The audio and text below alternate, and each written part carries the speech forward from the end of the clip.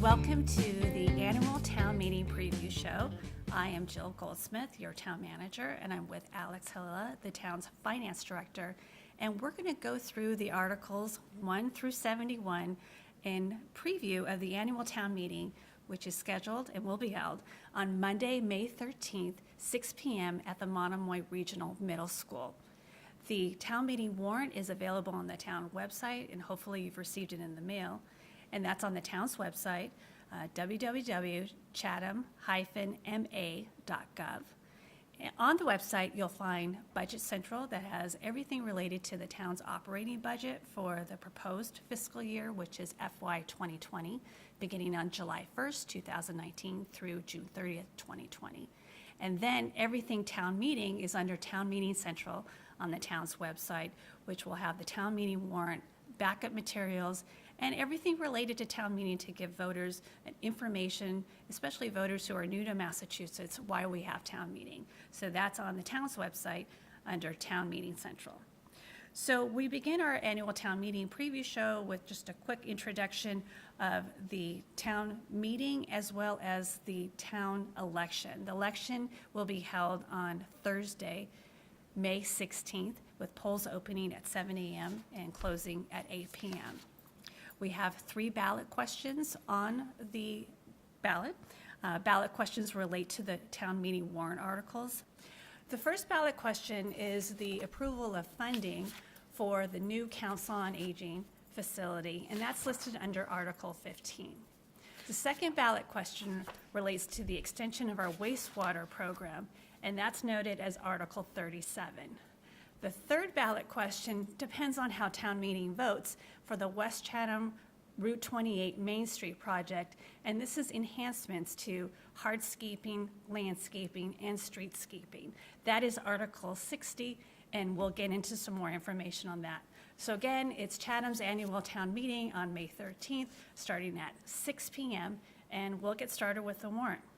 So the first article is the annual town election, which I just had summarized the ballot questions. We have 2 selectmen for 3 years, 1 housing authority member for a 5-year term, and 1 Monomoy Regional School Committee for Chatham for a 3-year term. The second article is acceptance of annual reports. This is an article whereas if a committee members or others wanted to make a report other than the annual report, which you'll find on our town's website, this is the opportunity for the moderator to recognize that group or committee. Article 3 relates to our prior year bills payment, and I'm going to turn this over to Alex to give us some more details. Thank you, Jill. Article 3 is for payment of prior year bills. Per Mass General Law, we're not allowed to pay any bills from a prior year which were received after the close of the previous fiscal year or for which there were no funds remaining. So this year, we're asking for $13,120.90 to pay a variety of bills which are listed in your warrant on page 14 for the details. This requires a 4/5 majority of town meeting, and the Board of Selectmen approved 500, as did the Finance Committee. Great, Alex. And the vote required for this is a 4/5 majority vote. Thank you. Great, thanks. All right, moving right along, we're now at the FY 2019. This is the current year budget adjustments, and I'm going to turn this over to Alex again. Thank you, Jill. Article 4 is for the current year FY 2019 budget adjustments, and this year we're asking to transfer $300,000 of funds that were appropriated for the Nantucket Sound beach nourishment at last year's annual town meeting, and to transfer those into the annual dredging account. And this would allow those funds that were segregated, particularly for Nantucket Sound, to be used in Chatham Harbor. They could also be utilized for Chatham Inlet or for Nantucket Sound because the annual dredging account does not specify one particular area. Again, this is no impact on the tax rate. These funds were already appropriated last year, and we're just asking to use them for a different purpose. Thanks, Alex. The Board of Selectmen voted 4-0 in support of this article, and FinCom will make the report at town meeting. The next article is Article 5. It's fixed salaries of elected officials. As you'll see in your warrant, there's been a request for an increase for the elected officials of the moderator and the Board of Selectmen. That's noted as the moderator's salary as $1,200 per year, the selectmen each at $4,000 per year, and the chairman with an extra $1,000 per year for fiscal year 2020. These funds are actually located in the town budget under Article 8, as well as explanations in the warrant. The Board of Selectmen voted 5-0 in support of this, as well as the FinCom at a vote of 7-0. The next article is the Consolidated Revolving Funds, and I'm going to turn this over to Alex for an explanation. Thank you. Article 6, the Consolidated Revolving Funds. Each year, town meeting must vote the amount that is allowed to be expended under each revolving fund. As you might recall, a few years ago, we don't have to establish each revolving fund because they're established by the general bylaw. However, town meeting still has to authorize the total expenditures. In your town meeting warrant, you'll also notice that we have the expenditures through December 31st, 2018, half of a fiscal year for the current fiscal year. Some of the notes that we're asking for is the airport revolving fund at $50,000, the Bassett House revolving fund at $8,000, inspectional services revolving fund, $80,000, recycling revolving fund, $5,000, the Marconi Station revolving fund at $10,000, and the waterway user fee at $500,000.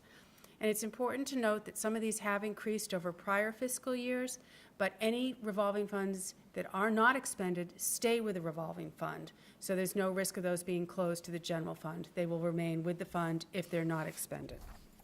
And the Board of Selectmen and the Finance Committee both voted unanimously to approve this article. Great, thanks, Alex. Okay, we're moving right along. Article 7 is the Wood Waste Reclamation Facility Enterprise Fund.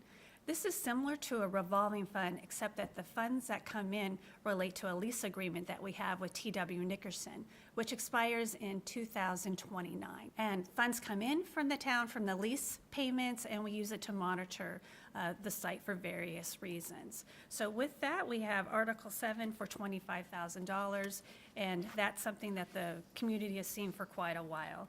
The Board of Selectmen voted to approve this article 5-0, and the Finance Committee also voted approval 7-0. Now we're going to get into the details of where your money goes as taxpayers. Article 8 is the town operating budget. I'm going to turn this over to Alex for some details, and she has some graphs also to show. Thank you, Jill. Article 8, the town operating budget for FY 2020, is coming in at $30,882,921, and that is an increase of 1.34% over the current year's operating budget. That's without the educational assessments, which are under Articles 9 and 11 in your warrant. So again, that's an increase of $407,289, and the details are in the town meeting warrant in Appendix B at the back of the warrant.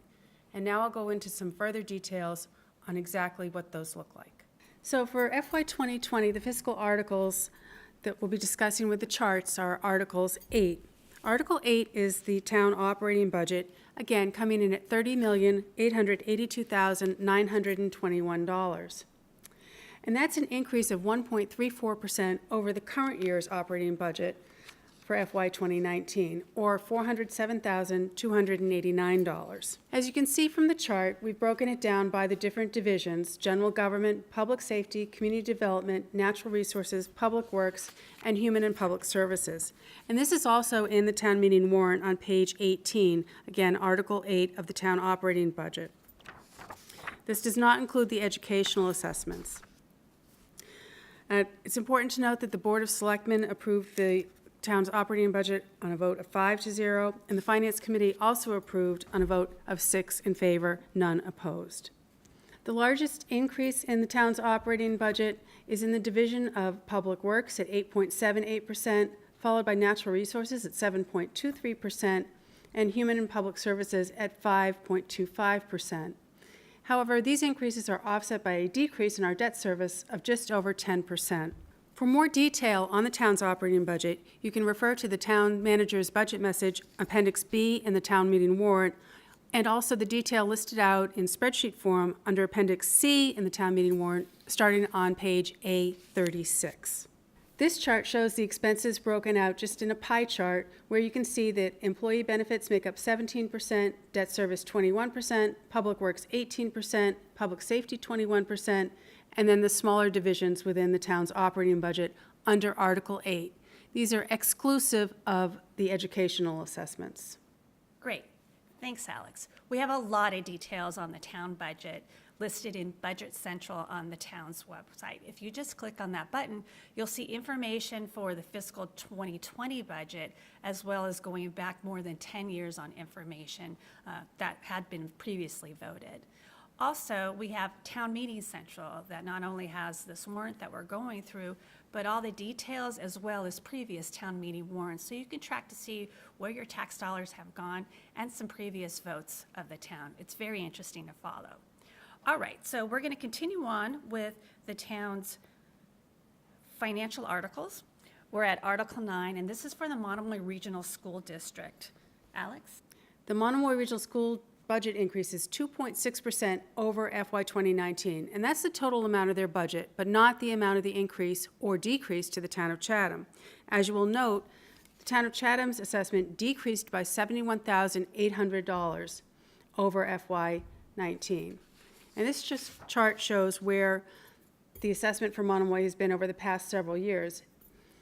Going back to FY 2012, prior to regionalization, where the assessment was $9.9 million, to 2020, where the assessment for next year will be $9,138,886. The decrease is due in part to the local required municipal contribution, which was lowered for Chatham this year. And as you are aware, Chatham and Harwich split the cost for the Monomoy Regional School District based on the 3-year rolling average of their foundation enrollment. So again, this is coming in at $9,138,886, and the Board of Selectmen voted 5-0-0, and the Finance Committee 6-0-0 to approve this article. Thank you, Alex. So just if you're tuning in, you're watching the 2019 Annual Town Meeting preview show. Chatham's annual town meeting is Monday, May 13th, starting at 6 p.m., and we have free childcare available upon pre-registration. More details are found in the warrant that you hopefully have at your doorstep. Otherwise, we have it online. All right, so we're continuing on with our warrant. We're on Article 10. And this is the amendment to the agreement between the towns of Chatham and Harwich with respect to the formation of the regional school district. I'm going to turn it over to Alex for some more details. Thank you. The regional school district agreement needed to be updated to delete all those references to the interim school committee and the interim during the transition from Chatham and Harwich schools to the regional school district. So if you look at the regional school district, there's been a lot of red lines, and all that language related to the merging of the two schools and the interim school district has been removed. There really are no substantive changes in the regional agreement. Again, it was cleaning up most of the language. The Board of Selectmen did approve this on their meeting of February 25th, 2019, which would have more detail if you want to link to that and view it on the Channel 18 archives. But the board did vote to approve it 5-0-0. The Finance Committee will make their recommendation from town meeting floor, but they will be reviewing this at their meeting on April 2nd, 2019. Thanks, Alex. So now we're on Article 11, and this is the regional school operating budget for the Cape Cod Regional Technical High School. So Alex, this is a little different than last year because of the debt coming on. That's correct, Jill. This budget, as you might note in your warrant, is being presented at $278,370 for FY 2020. And that's an increase over the current year of $134,037. But again, it's important to note that this increase does include the first year of debt service for the new Regional Technical High School. And that debt service for the first year is $108,279 for the town of Chatham. Again, here is a chart just showing where we've been over the past several years since FY 2012, when it was at $287,652. Reaching a high in FY 2014, and then again for FY 2020, $278,000 and change. Again, including the first year of debt service. Please note that the Regional Technical High School is directly attributed to the number of Chatham students who attend, and we have 8 students attending for FY 2020 as opposed to 7 in FY 2019. And the board voted to approve this 5-0, and the Finance Committee also voted 6-0 in favor. So now we're going to get into a different part of our budget, which is the Water Department budget on Article 12. And this is the operating budget for the Water Department. Alex, do you want to give us some details? Thank you, Jill. Yes, the water budget is funded through water rates. Again, no impact to the tax rate except for the $400,000 that does come from the tax levy to pay for water suppression, such as fire hydrants. So this is being presented this year at $3,171,449. The Water Department operating budget shows a 14.53% increase over the current fiscal year, and that includes debt service for the new water treatment plant. Debt service for FY 2020 has increased from $983,949 in FY 19 to $1,265,380 for FY 2020. Again, that is for the first year of debt service for the water treatment plant, and those are 2% loans through the state revolving fund. Thank you, Alex. Moving right along, we're at Article 13, and it's a 5-year capital authorization. As you may know, we have a 5-year capital improvement plan, but town meeting appropriates for the first year of that plan, which is FY 2020. I'm going to send this over to Alex for more details. Thank you, Jill.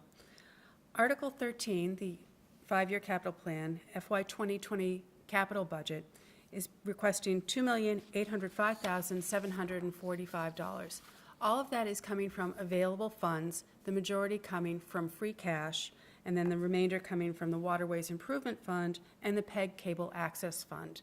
And those two funds can fund expenses related to the revenues which were received, such as equipment for the Channel 18 studio and items for the Harbor Masters Division. If you look at Appendix G on page A72, you'll see the detail of both the FY 2020 year that's being funded through Article 13 and then the 5 years going out to FY 2024. You will also note that we've listed items that are requested that aren't showing up in the FY 2020 capital budget Article 13, however, might be funded either by CPC funds or being presented as standalone articles. The town was fortunate enough to receive a grant to partner with the Collins Center to go through our capital improvements plan, and we have listed everything for the next 5 years from all departments and are listing priorities as well as funding sources, grant availabilities, and you will see from this detail as I go through the slides. Article 13 is the FY 2020 5-year capital authorization budget for $2,805,745. That amount funds 1 year of the 5-year plan, FY 2020. You can see this is under Article 13 on page 23 of the warrant. Also, Appendix G, starting in the back of the warrant, page A72, for all the details of the capital plan. The $2.8 million represents 9% of the operating budget and is funded by free cash and available funds. There's no impact to the tax levy for the capital plan. There was over $12 million in requests from all the different departments, and as you can see, we're only funding $2.8 million, as that's the amount available to fund without impacting the tax rate. It's broken down by division, where general government is requesting $208,000, public safety $194,000, $327,000 for natural resources, public works $1,043,000, and then equipment, which goes across departments, of $1,033,000. Again, funded all through free cash and other available funds with no impact to the tax rate. So what do all these fiscal articles mean to the taxpayer and to the tax levy? Again, we talk about the tax levy, not the tax rate. The tax levy is the amount that the town raises through the taxation. So the tax levy projected for FY 2020 is a 2.99, or almost 3% increase over the current fiscal year. So we're looking to raise $34,348,672 through the tax levy. And the recommendations from the Board of Selectmen, Finance Committee, and Summer Residence Advisory Committee have always been taken into consideration when looking at the amount to fund through the tax levy. Some of the items that we look at are local estimated receipts appropriation to reduce the amount raised through the tax levy, how we fund our capital budget, as well as the importance of beginning to fund our other post-employment benefits liability. And those are Articles 45 and 46, as we will discuss later. We do have other articles impacting the tax levy other than the operating articles that we spoke of and the capital articles. We have Article 16, the child care voucher for $30,000. Article 39, beach nourishment for $575,000. Article 41, the transfer station engineering for $250,000. The Pleasant Bay watershed modeling at $50,887. The continuation for the Monomoy CCP EIP, $85,000. And Article 70 for the dredge program study at $50,000. If all these articles are approved, that's approximately a 15% increase to the tax rate projected at this time. There are other articles for which the amounts aren't known at this time, and those would be the collective bargaining agreements, West Chatham roadway design, hardscaping improvements, and then the acceptance of public ways. If there are any appropriations that will be necessary for these articles, we will let you know at town meeting. So, the bottom line, what does this mean to the tax rate? The current tax rate for FY 2019, this current fiscal year, is $4.85. With a 2.99% projected increase of 15 cents, that would leave us an estimated tax rate for FY 2020 of $5. And again, this is an estimate only because it's based on the current year's evaluations from the town. If the values go up, usually the tax rate goes down. If the values decrease, then the tax rate would go up. Again, it's the tax rate, not necessarily the amount that is being assessed to each individual property owner. This slide shows the tax rate history going back to FY 2013, when the tax rate was $5.03, to the projected tax rate for FY 2020 of $5. The highest tax rate on this was in FY 2014 at $5.08, and you can see the low is for this current fiscal year, FY 19, of $4.85. Again, this is a projection for next year, should all these articles pass at town meeting, and based on the current year's valuations. Moving forward to FY 2020 and beyond, town meeting is May 13th, 2019, with the town election, which has 3 ballot questions, as well as your elected officials, on May 16th, 2019. We will be looking to have our budget summits, again in the summer or fall of 2019, as we start planning for FY 2021. We'll update our 5-year fiscal projections as we close out FY 2019 after July 15th, and we'll look to the future for fiscal sustainability through budget planning, revenue enhancements, continuing to fund our other post-employment benefit trust fund, and debt forecasting, understanding future costs and the future needs of the town. Moving forward, as we move towards town meeting, we will provide the Board of Selectmen and the Finance Committee, as well as the public, with any updates as we receive them. Great, thank you, Alex. There was a lot of work put into this by Alex as well as Terry Whalen, our Principal Projects Administrator. So with that, I can report that the Board of Selectmen voted to approve Article 13 by a vote of 5-0-0, and the Finance Committee recommendation for approval at 6-0-0. Article 14 is the collective bargaining agreement settlements, as well as the classification and compensation plan. This is a placeholder article, as we're still in negotiations with one of our collective bargaining groups, the Chatham Municipal Employees Association. If we do reach a settlement, we will present that in the motion for town meeting. Moving right along, we are at Article 15, and this is the new Council on Aging facility design and construction. Again, this relates also to the annual town election ballot question 1. So I'm going to turn this over to Terry Whalen, who is our Principal Projects and Operations Administrator, to give us some details on the project. Terry? Thanks, Jill. Hi, I'm Terry Whalen, Principal Projects and Operations Administrator for the town of Chatham. Today, I'm going to give you a brief overview of Article 15 for the new Council on Aging facility. And also I'm here with Mandy Speakman, the COA Director. The town continues to move forward replacing capital facilities deficient in meeting current and projected needs. In 2011, discussions on addressing deficiencies with the existing Council on Aging facility were tabled as the town focused efforts on building a new fire station headquarters. On March 14, 2019, the Board of Selectmen voted unanimously to place an article seeking funding for design, engineering, and construction of a 10,150 square foot COA facility to the 2019 annual town meeting warrant. The Selectmen also voted unanimously to support the passage of this article. The Friends of the Chatham Council on Aging have formally committed funds in the amount of $250,000 contingent upon a 10,150 square foot building and approval of the ballot question. The total cost of the project is estimated at $6,600,000.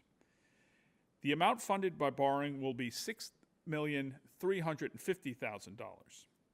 Language in the motion includes the requirement that the amount borrowed be reduced by the funds received from the Friends or any other source, resulting in a maximum borrowing of $6,350,000 for the design, construction, and equipping of a new COA on Middle Road. To talk a little bit more about the process since then, I'd like to turn it over to Mandy. Thank you, Terry. As Terry said, my name's Mandy Speakman. I'm the Director of the Council on Aging here in Chatham.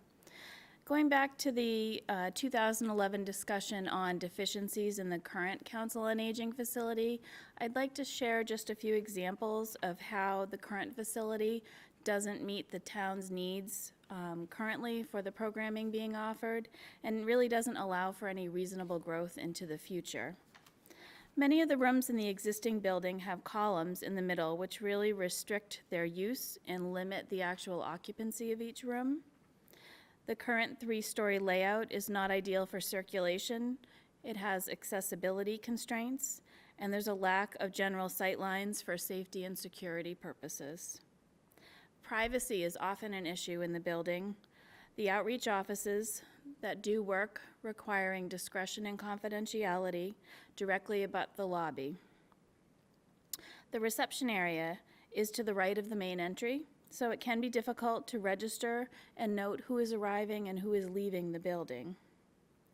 On the second floor, the spaces are small, and to get to the conference room that is often used for different board meetings and programming, you must travel through the library, through the greeting card shop to access this room. There's a lack of common circulation. Additional deficiencies relate to the limited parking capacity to meet current demand. So to begin addressing some of these deficiencies, in 2015, a comprehensive community needs assessment was commissioned by the town of Chatham and the Friends of the Chatham Council on Aging. This needs assessment was run by the Center for Social and Demographic Research on Aging through the University of Massachusetts in Boston. This comprehensive assessment included a demographic profile of Chatham, a brief survey of summer residents, community forums, focus groups, and key informant interviews. It included an overview of current COA programs and services, peer community comparisons, and a survey-based data collection from year-round residents aged 50 and over. This survey garnered a 39% response rate of those surveyed, which equated to 25% of the entire year-round population at that time. This final report, The Future of Aging in Chatham, is available at chathamcoa.com. Following the final presentation of this report to the Board of Selectmen in March of 2016, a consultant was engaged to assist with implementing the findings and recommendations from that community needs assessment. The consultant aided the Council on Aging Board in creating a revised mission and values statement, creating goals and objectives, and for implementing other findings. This included consideration of the Council on Aging facility. In November of 2016, staff made a presentation to the Board of Selectmen on the existing facility's status and potential options. Essentially, the limitations of the existing space and site, coupled with an increased demand for Council on Aging services, led to a consensus that the existing building at 193 Stony Hill Road no longer provides for operational efficiency and is ready for replacement. I'd like to turn it back over to Terry now to explain how the site selection process proceeded. Thank you, Mandy. I'm going to give a brief overview of the process leading to the selection of the Middle Road site for the proposed new Chatham COA facility. As part of this process to evaluate sites, multiple sites were reviewed throughout town. There was a pre-feasibility analysis and a site selection decision was made.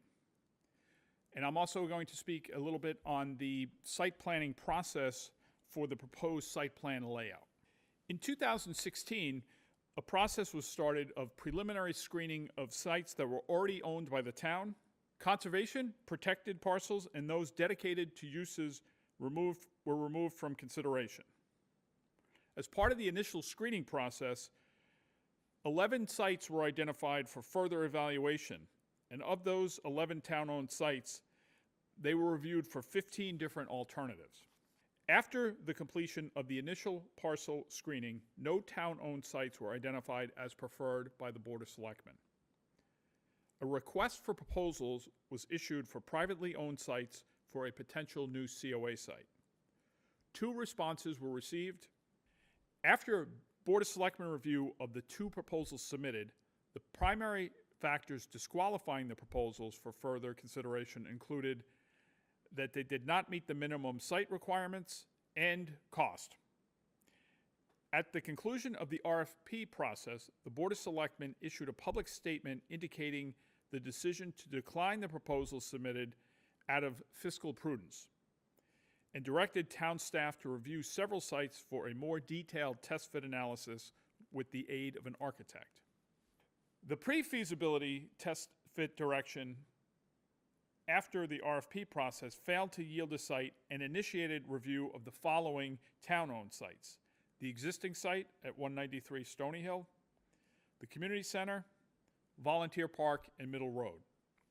The primary pre-feasibility site findings and considerations included that the existing site was too small for programming needs and parking demand and did not have any area for expandability.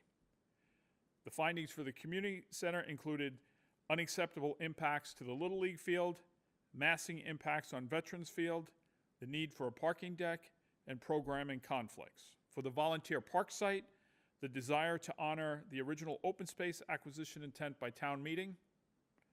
And for the Middle Road site, size, site distance, flexibility, and expandability were the primary findings. In November of 2018, the board made the selection after reviewing the various considerations I just mentioned and selected Middle Road. The primary advantages of that site included its geographical location as far as ability to access the site, its position for flexibility for future growth, good site distance, expandability, no use restriction, did not preclude future initiatives. There's also potential for future trail connectivity to the vicinity's protected open space to the north. For some history on the Middle Road site, the Middle Road site was selected by the Board of Selectmen, as I noted, in 2018. This site was obtained for expansion of the disposal area and general municipal purposes by annual town meeting in 1960. The taking was completed in 1964. The site is located southerly and westerly of multiple town and private conservation parcels. The proposed Middle Road site is a sub-portion of a larger parcel. As I mentioned, it is located southerly of several town-owned conservation parcels and one privately owned conservation parcel in the Goose Pond area. In December of 2018, the Board of Selectmen executed a confirmatory order of taking for this parcel. This order confirmed the use designation for the property to include, without a limitation, the development and construction of a Council on Aging facility. As part of the pre-feasibility site analysis, preliminary regulatory consultation reviews were requested for the site. Those included endangered, rare species and priority habitat review, and historical archaeological resources review. The result of the Habitat Species Review from the Massachusetts Division of Fisheries and Wildlife and Natural Heritage Endangered Species Program concluded the project is not required to be reviewed for compliance with the Mass Endangered Species Act or the Rare Wildlife Species section of the Massachusetts Wetlands Protection Act regulations. The findings of the Massachusetts Historical Commission regarding historic and cultural resources included that the project is unlikely to affect significant historic or archaeological resources. In developing the site plan, the primary plan parameters reviewed included looking at topography and drainage, the wetlands and vegetated cover, the soils and geology, habitat and cultural resources, vicinity and neighborhood compatibility, access, and utilities.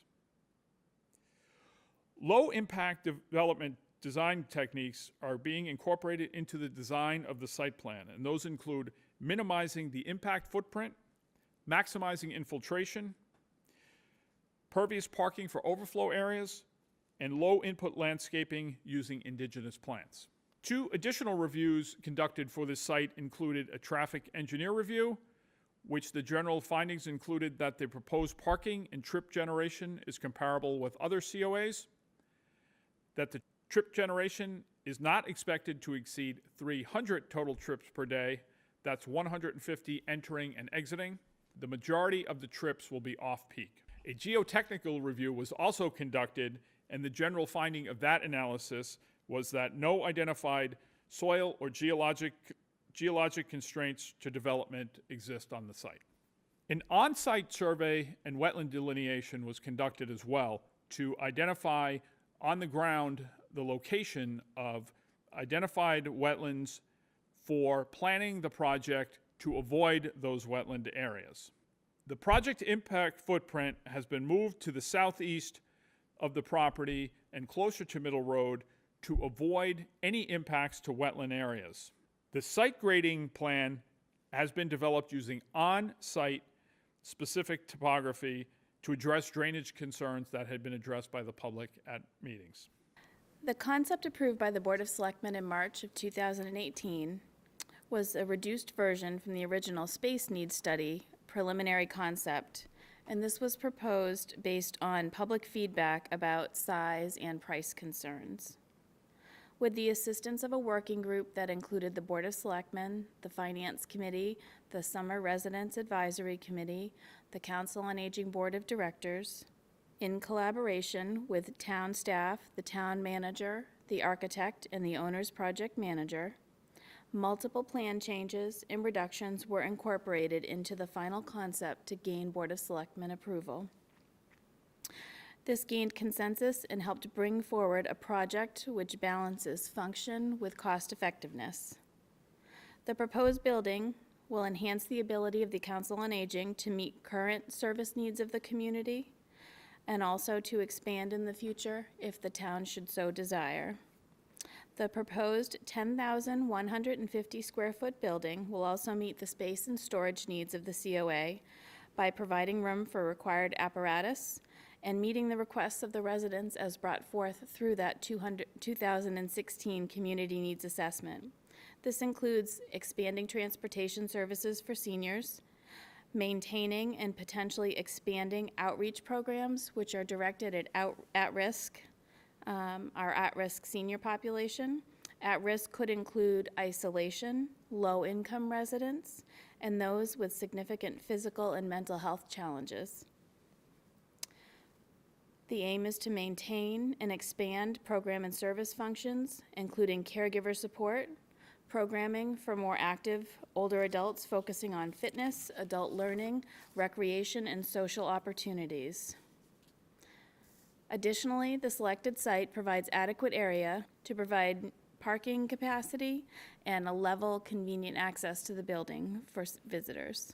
For project history and complete information to date, please visit www.chatham-ma.gov/council-aging-COA-project, or visit the town's homepage and select the COA project from the Town Project tab. Thank you for your attention, and thank you for taking the opportunity to educate yourself. Thank you. Now I'm going to turn this over to Alex to report on how the Council on Aging project is proposed to be funded. And again, this is Article 15 in the annual town meeting warrant and ballot question 1 on the annual town election ballot. Alex? Thank you. The new Council on Aging building is proposed to be budgeted through a debt exclusion article. And the amount that you can see in your warrant is listed at $6,600,000. And you may recall that the Board of Selectmen approved an amount of $6,350,000, and then plus the Friends of the Council on Aging have committed $250,000 in funds to offset that $6.6 million as listed in the warrant. And I'd like to explain this a little bit more because we spoke to our bond counsel on how we should approve this article. And bond counsel said that if you approve, you need to approve the total amount of the project, which is the $6,600,000, not just the amount that the town itself will be financing through the bonds of the $6,350,000. Once the project is approved and the project starts and construction starts, we will look to borrow as the funds have been expended. Thank you, Alex. So Article 15, the Council on Aging facility, was voted by the Board of Selectmen approval 5-0, and by the Finance Committee approval at 6-2. This vote requires a 2/3 majority because of the borrowing authorization. All right, moving right along, you're watching the Annual Town Meeting 2019 preview show. Just a reminder, Annual Town Meeting is on Monday, May 13th, and our annual election is on Thursday, May 16th. All right, we're at Article 16, the Child Care Voucher Program. So there was a lot of work that went into this article, and it started really with the Chatham Economic Development Advisory Committee's recommendations to the Board of Selectmen, who then the Board of Selectmen formed the Chatham 365 Task Force, and one of the items they looked at is how to keep younger families in town longer. Childcare seemed to be an issue that many people were struggling with. So Article 16 actually appropriates additional funding to the Child Care Voucher Program that had been established by town meeting in 2009, and the first year of funding for that was in 2010. With that, we've had annual budget appropriations through the Human Services budget. And the detail is on the website or here in the warrant package. Through the working group and a group of community stakeholders, including the Monomoy Regional School District Administration and elementary school principal, we're proposing to add another $30,000 to this program, the Child Care Voucher Program. So the total amount that we're seeking is $55,000. We have a portion through the annual operating budget, and this additional appropriation, we're looking to do more marketing, have a targeted program, and also expand the program for those members of the community that need childcare that go beyond the workday or the work week. This additional appropriation gives us some time to put that together for the expanded program so that the funds won't expire at the end of the fiscal year. So again, total amount for Article 16 Child Care Voucher Program is $30,000. The Board of Selectmen voted approval at a vote of 5-0, and the Finance Committee voted an approval of 8-0. More information on the Child Care Voucher Program is noted at a link in your warrant and also on the website. All right, so now we're moving away from some of the financial articles into a zoning bylaw amendment. Article 17 is the protective zoning bylaw amendment for accessory dwelling units. I'm going to turn this over to our town planner, Allie Sabatino, to give us some more details. Allie? Thank you, Jill. My name is Allie Sabatino, and I'm the principal planner for the town of Chatham. And my name is Catherine Halpern. I'm chair of the planning board for the town of Chatham. And we're here to discuss Article 17 on the warrant for annual town meeting 2019. And this is a proposed amendment to Chatham's protective zoning bylaw, which allows for the construction of accessory dwelling units, or ADUs as they're called. And first I'd like to describe what is an ADU. An ADU, or accessory dwelling unit, is also known as an accessory apartment, a family apartment. Sometimes it's even called an in-law apartment or a granny flat. An ADU, or accessory dwelling unit, must be a separate living unit with its own sleeping facilities, as well as cooking facilities and sanitary facilities, but it is accessory to a main residential dwelling unit. It can be within that main residential dwelling unit, attached to that main residential dwelling unit, or it can be a smaller detached structure on the residential property. And most other towns on Cape Cod already have in place a bylaw which allows for the construction of accessory dwelling units, or ADUs. Towns such as Nantucket, Orleans, Harwich, and Falmouth all have such a bylaw in place.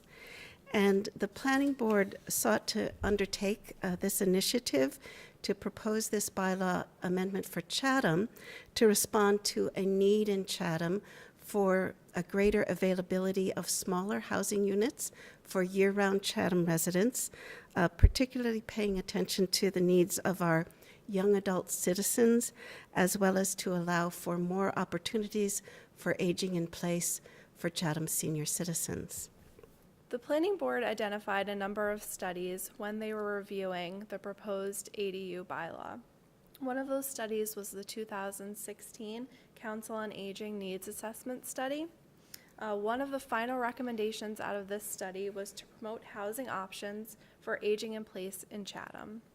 Through this study, surveys were sent out to different Chatham residents. Responses came back, and these were some of the quotes that were directly from Chatham residents.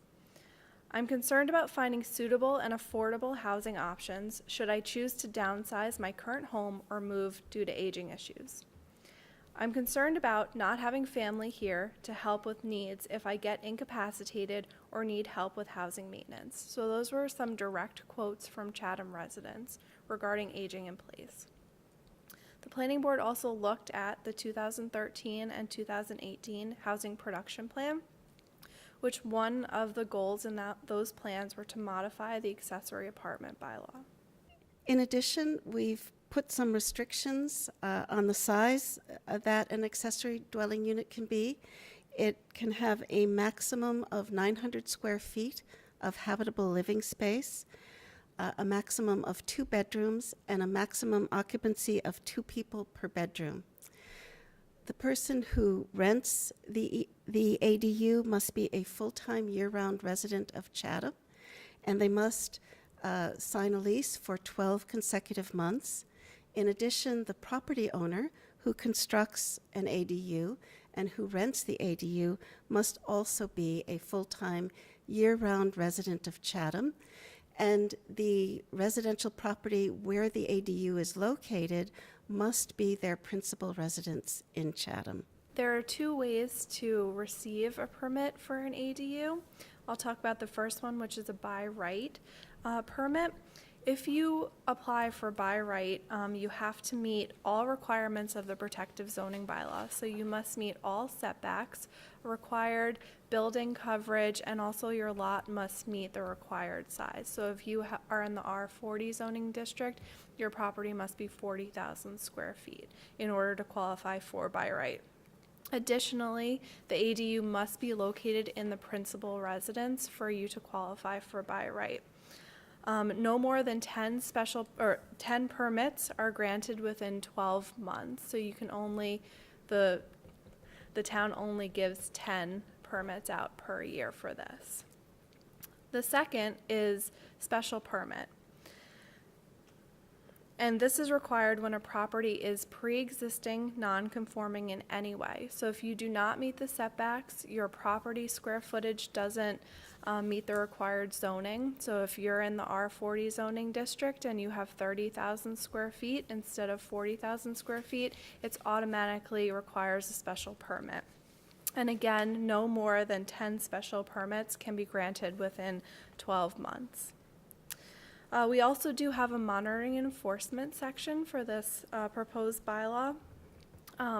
When an applicant applies for either a special permit or a by right application, they must submit a notarized affidavit with their application that states that the owner is in residence of one of the units. Additionally, after they've received the permit, whether it be by right or special permit, they must submit every year a notarized affidavit that the owner is in residence of one of the units, and additionally that the ADU must be rented for 12 consecutive months. If a determination has been made that the property owner does not comply with any of the requirements of the bylaw, a fine will be levied, and all elements that make an ADU have to be removed from the property. The planning board has also anticipated that there are a number of apartments which are essentially accessory dwelling units which already exist in Chatham, and we would like to allow those to become legal and also to be brought up to code and be completely safe and be legal in compliance with the terms of this proposed bylaw amendment. So for that reason, we have added an amnesty clause to the bylaw, which allows for this to take place within 5 years of the passage of this bylaw. The planning board is also committed to monitoring the performance of this bylaw. We will be watching how many are built and how they're built and how it goes along as this is in place. And in a few years after the passage of the bylaw, we will assess that information and evaluate it. And if any changes seem to be called for, we would propose those at that time.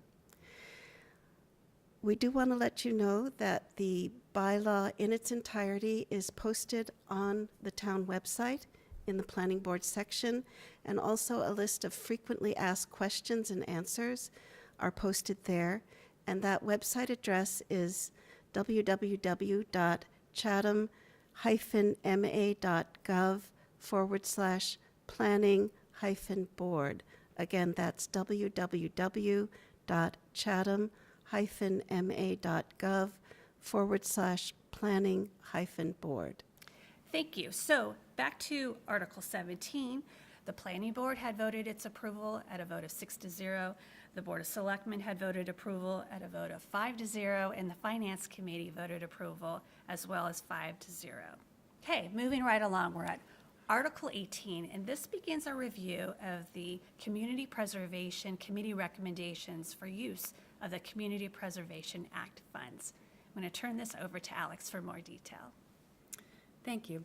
The Community Preservation Fund is funded through a 3% surtax on your tax bill. And we're estimating that we will receive just over $1 million in funds from the CPA for FY 2020. Article 18 funds the Community Preservation Committee's administrative budget. And this is being requested at $30,000 for FY 2020. That's an increase over the current year fiscal budget of $15,000 due to the possible development of the South Chatham Historical District. Any funds that are not expended close back to the Community Preservation Fund balance, so they stay within the fund. And this received approval of the Board of Selectmen at 5-0, the Finance Committee at 5-0, and the Community Preservation Committee at 7-0. Article 19 is the statutory requirement for this article that provides that 10% of funds received go into 3 separate reserves. The first is for open space, the second for historic resources, and the third for community housing. And that's funded at $115,000 each for a total of $345,000. You'll note in the following articles, we'll be withdrawing some of those funds from those reserves to be expended, but this will meet our statutory requirement should any of these articles or all of these articles not receive town meeting approval. Article 20 is requesting $30,000 for funding an affordable housing coordinator. This will continue the work that we've already contracted in FY19 with the Community Development Partnership. And this is requesting that $15,000 come from those housing reserves and $15,000 from the Community Preservation estimated revenues. And this part-time housing specialist will allow us to continue to meet our affordable housing needs and consult with citizens and coordinate with different programs. Again, that's $30,000. The Community Preservation Committee voted 7-0 in favor, the Board of Selectmen 5-0 in favor, and the Finance Committee 7-0 in favor. Article 21 continues to fund our Affordable Housing Trust Fund, and this is requesting $100,000 from the Community Preservation Housing Reserves to go into that fund. There currently is a balance of $940,000 in the Affordable Housing Trust Fund, and the purpose of this fund is to allow the Affordable Housing Trustees, made up of the Board of Selectmen and 2 others, to respond should a need arrive without the need to go into town meeting. So again, it puts these funds in the trust fund to allow us to respond quickly. Is there an opportunity? And the Community Preservation Committee voted 7-0 in favor, the Board of Selectmen 5-0 in favor, and the Finance Committee 5-0 in favor. Moving on with our affordable housing category under the Community Preservation Act, Article 22 is requesting $7,500 to donate to the Cape Housing Institute to educate business and community members on the needs for affordable housing. This also received unanimous approval by the Community Preservation Committee, the Board of Selectmen, and the Finance Committee. Article 23, Community Preservation Housing, is asking for $362,000 to increase the MCI rent escrow program by adding an additional property. The property is located at 466 Crowell Road. This would add this property to the program, and more is explained under Article 36, which asks town meeting to authorize the extension of the MCI rent escrow program. And we'll discuss more of the details of that program under Article 36, but again, this is requesting the funding for the purchase of the property to add to the affordable housing. And the Board of Selectmen, the Community Preservation Committee, and the Finance Committee all approved this unanimously. Moving on to Article 24, again, this is for another affordable housing opportunity, and this is to fund what is known as Forward at the Rock. Forward stands for Friends or Relatives with Autism and Related Disabilities. The Rock House in Dennis is for adults with autism, and it is proposing to have 4-bedroom units for a total of 8 adults in Dennis. Dennis has provided the land and the towns of Mashpee, Yarmouth, as well as Dennis, additional financial commitments. This is requesting $50,000 from the town of Chatham to fund this project. The Community Preservation Committee voted 7-0 in favor, the Board of Selectmen 5-0 in favor, and the Finance Committee 8-0 in favor of funding Forward at the Rock. Moving away from affordable housing and into the recreational categories under the Community Preservation Fund, we have Article 25, located on page 44 of your warrant. And this is for a bike crossing light. These lights alert drivers to pedestrians and bicycles crossing the Cape Cod Rail Trail. This is requesting $28,000 from the Community Preservation Fund estimated receipts to fund the bike crossing light planned to be located at Route 137 by Route 28. Again, this alerts both bicyclists, pedestrians, and motorists approaching the intersection of oncoming traffic. Article 26 is to fund a croquet court at Chase Park. This is requesting $25,000 to provide a smooth grass area within Chase Park for playing the game of croquet. And this also, part of this request is to install a well to irrigate both the croquet court and different areas of Chase Park. The Community Preservation Committee voted 8-0 in favor, the Board of Selectmen 5-0 in favor, and the Finance Committee 7 in favor, 0 against, and 1 abstention.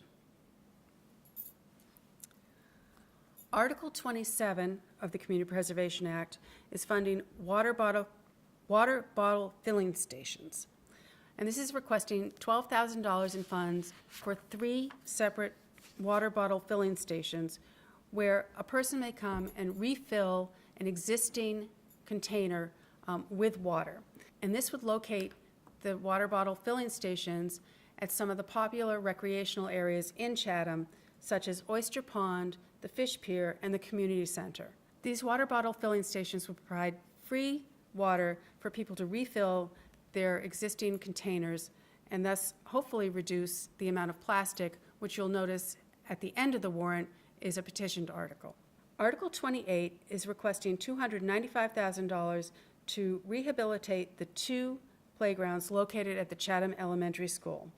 There are 2 playgrounds there for the different age groups, and they all serve ages 3 to 11, and approximately 250 students. The playgrounds also serve those visiting in the summer, as well as the Monomoy Community Services children across the street. And again, $295,000 would rehab the entire playgrounds.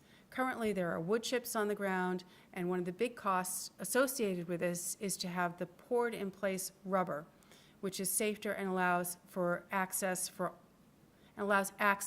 for people with all abilities to the playground. Currently, it's difficult for those with limited mobility to use the playgrounds. Article 29 is to fund the Chase Park pathway in Chase Park at $55,000, and the funds would be used to construct an ADA-compliant pathway. If you've been to Chase Park, you'll notice that it is very uneven. To access it, you have to use stairs. So again, this would improve that pathway to the windmill and back to the labyrinth as well. Again, $55,000 for the Chase Park pathway. Article 30 is requesting funds for the Marconi RCA Riders Cove Triangle improvements.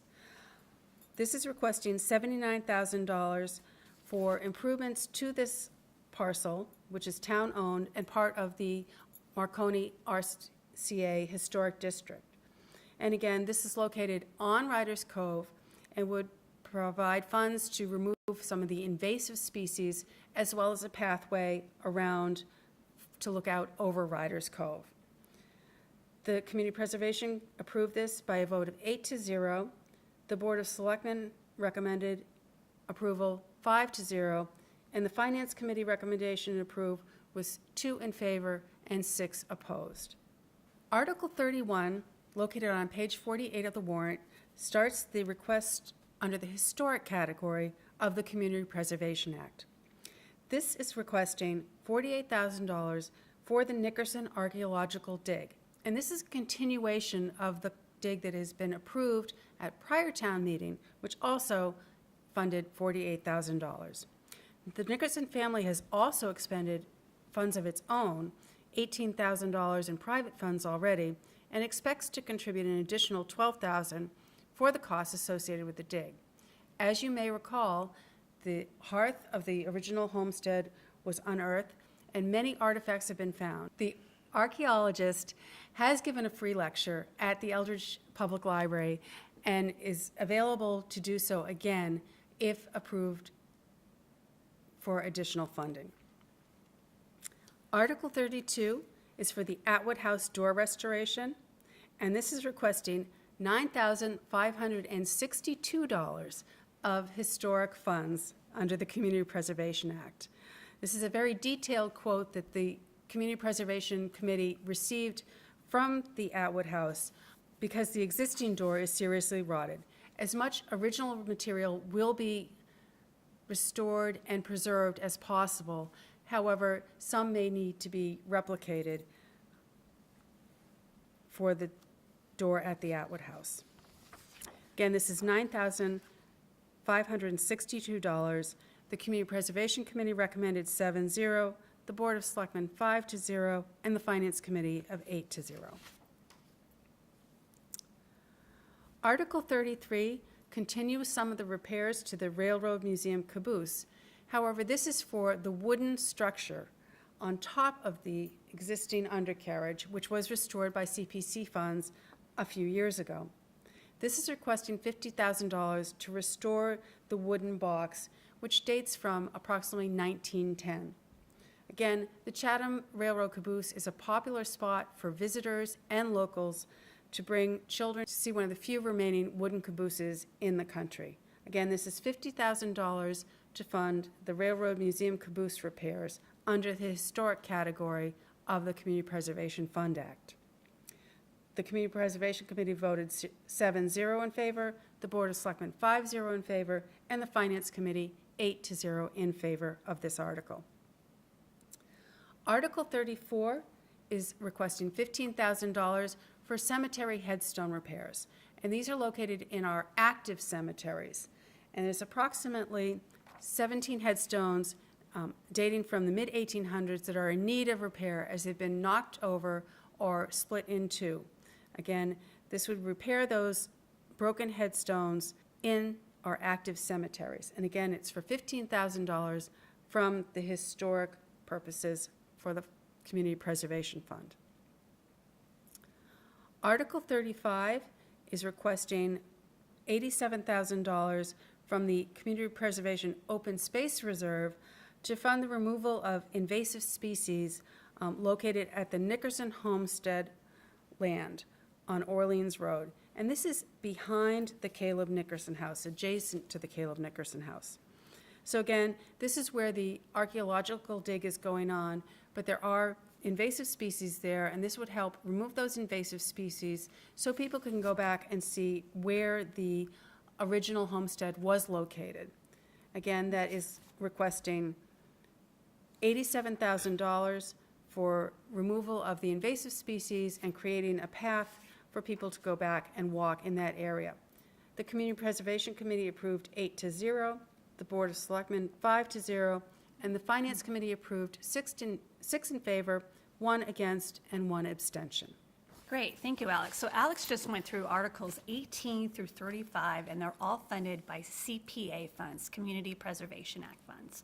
So Article 36 is associated with Article 23 through the Community Preservation Act related to housing, and it's the property acquisition of 466 Kroll Road, and to authorize a regulatory agreement, which is a declaration of restrictive covenants for affordable housing and lease agreement for the MCI Housing Savings Program. This program is where renters contribute the rent, and then a portion of that goes into an escrow account so that they can use it to use as a down payment. So I'm actually going to turn this over to Katie Donovan, our Director of Community Development, to give us some more details. Katie? Thanks, Jill. The Chatham Housing Authority has run a housing and rental escrow program on the town-owned MCI property since 2002. Initially, the program involved 2 houses at 563 and 579 Old Comers Road in a 3-year pilot program. An additional 2 homes at 568 and 576 Old Comers Road were added in 2006. For over 16 years, these homes have served as affordable housing for families earning less than 80% of the area median income, or AMI. Half of the rent paid to the Chatham Housing Authority is placed in an escrow account to be ultimately used by the tenants toward a down payment on a home at the end of the 5-year period. As of 2019, 16 families have participated in this program. This request would expand on the successful MCI program by adding a single-family home located at 466 Kroll Road. The house was recently purchased by a local citizen with the intent of selling it to the town for affordable or attainable housing. There have been a number of community members who have supported this project either financially or by providing services. The MCI program is self-sufficient, with the Chatham Housing Authority being paid 10% of the rent collected as an administrative fee and 40% of the rental income being used to maintain the dwellings. This article will authorize the purchase of property through community preservation funds, as well as authorize the execution of a regulatory agreement and declaration of restrictive covenants. All right, so we're at Article 37 of the 2019 Annual Town Meeting warrant. Just a reminder that town meeting is on Monday, May 13th, starting at 6 p.m. with free childcare upon reservation. And our town election is on Thursday, May 16th for annual town elections, including ballot questions. And we're going to get into the second ballot question right with Article 37, and that's our capital project, wastewater project expansion borrowing authorization. I'm going to turn this over to Dr. Bob Duncanson, who's our Director of Natural Resources, for more details. Bob? Well, thank you, Jill. So I'm going to start off with an explanation for Article 37, which is the annual town meeting article for 2019 for the wastewater appropriation. As the community is probably aware, we completed our comprehensive wastewater management plan back in 2009, and we started implementation of that plan in 2010. And we've completed several major contracts involving extending the sewers along Main Street, Route 28, areas like Barn Hill and George Ryder Road, and we've been gradually working out into other neighborhoods around the community. So for this year, we're bringing to an article for $7.15 million, $7,150,000 for Phase 1E of the wastewater project. And this contract is going to include 3 different areas scattered around town, but they're relatively small areas. And the reason we're doing this right now is we're doing these projects in conjunction with other projects that the town has currently planned. So part of the area that we're going to be working on is the lower end of Stage Harbor Road from roughly number 397 down to the Harbor Masters building at approximately 614. And we'll be doing the west side of Bridge Street. So the Bridge Street segment from Stage Harbor Road up to the Mitchell River Bridge. And we're doing that area because you may be aware that we had a water main break under the Mitchell River a couple of years ago that we have to get in and fix. And so rather than tearing the road up multiple times, we're taking the opportunity to go ahead and put the sewer line in at the same time we're in that road repairing the water main. And so in order to make that work and not have just an isolated segment of sewer on Bridge Street, we're going to go ahead and in concert with that, do the lower end of Stage Harbor Road, build a pump station near the Harbor Master's workshop, and that will allow us to sewer that entire section of town. One of the other areas we're going to be working on is George Ryder Road South. Just a relatively short segment, but there's a Habitat for Humanity project planned for George Ryder Road South up towards the Route 28 end. And so we wanted to take the opportunity to get the sewer in along that stretch of road to make that project that much easier. They won't have to go ahead and expend money for a septic system, knowing that we're going to be putting sewer there, as well as there's some commercial buildings there that have an issue with their septic system. And so by getting the sewer in place now, we can address that in a more timely, cost-effective manner. The third area we're going to be working on is Stony Hill Road and Lake Street. And again, that's tied to a major drainage project that the town needs to do on Lake Street. And in order to make the two of them work together, because the road there is fairly flat, and in order to get the sewer to work and the drainage to work, it's really most important to do both projects at the same time. So that's a relatively small segment of just Stony Hill Road, Lake Street, where we're going to be putting the sewer and tying it into the existing pump station at the Chatham Housing Authority property. And then the final area that we're going to be working on as part of Phase 1E is Hardings Lane, which extends off of Stage Harbor Road down towards the Mitchell River. We did part of that road in a previous contract, and we're now just finishing up the lower section of Hardings Lane. And so that's the area that's encompassed in Phase 1E, for which town meeting is going to be asked to appropriate $7,150,000, and it will also be subject during the town election to a Prop 2.5 override. Great, so that was Article 37. Thank you, Bob. I just want to report that the Board of Selectmen voted recommendation at a vote of 5-0. The Finance Committee voted a recommendation approval at 9-0, and it requires a 2/3 vote at town meeting and approval of the ballot question that will be on our May 16th annual town meeting ballot. Okay, so now we're getting back to some of the financial articles relating to capital projects. And this next one is Article 38, which is a capital project request for site design and engineering and permitting for 365 Main Street / 0 Main Street, also known as the Eldridge Garage property. I'm going to turn this over to Katie Donovan, our Director of Community Development, for more details. Katie? The Board of Selectmen created the Eldridge Garage Property Planning Committee charging them with the task of making recommendations for the long-term use of the property at 365 Main Street, known as the Eldridge Garage property. The town acquired the land in December of 2017. The Eldridge Garage Property Planning Committee made its final recommendations to the Board of Selectmen on November 19th, 2018. The recommendation calls for parking, a visitor center, a transportation center, and an area of open space. The Board of Selectmen has accepted the recommendation and requested that staff explore the implementation of the recommendation made by the Planning Committee. Funding requested for this article will support site design, engineering, architectural services, and permitting.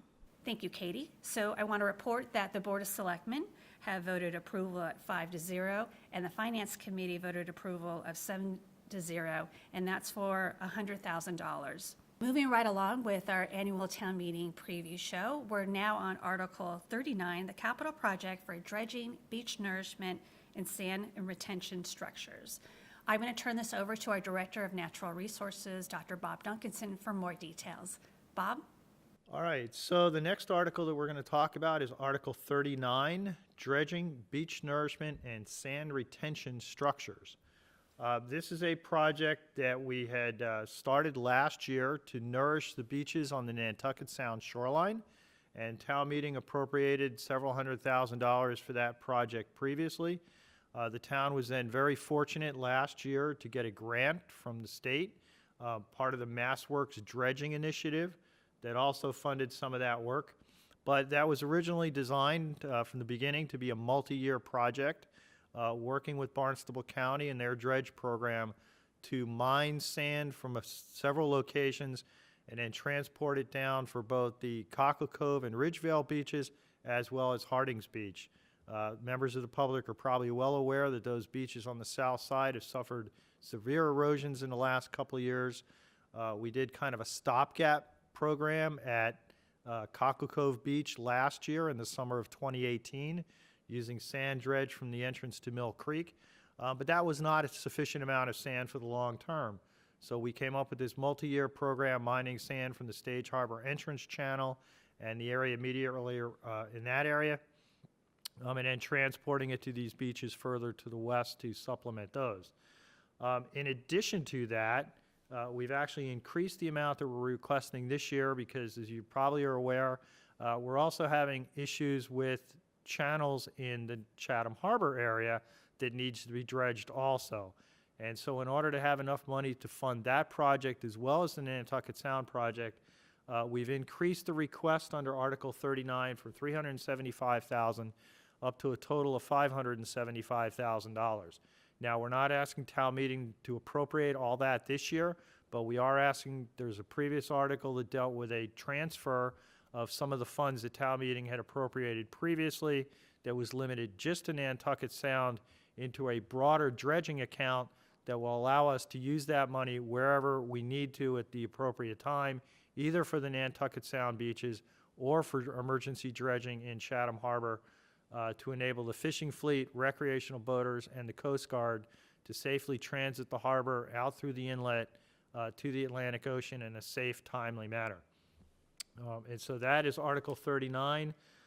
In addition, we've also requested a small amount of funding, about $50,000, to do a study of the Nantucket Sound beaches and whether or not putting groins along the beachfront, and groins are basically stone piles that extend out from the beach a short distance into the ocean, and they help to trap the sand.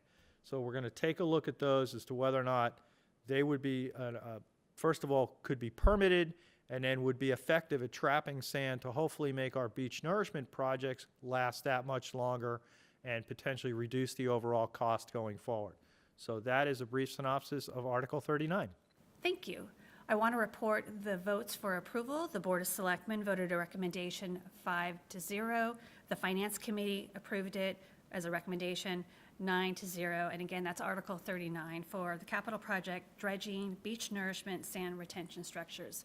If you tune into the Board of Selectmen's meetings over the month of March and April, you're going to see a lot of information and updates on dredging and this important coastal resiliency effort that we're undertaking.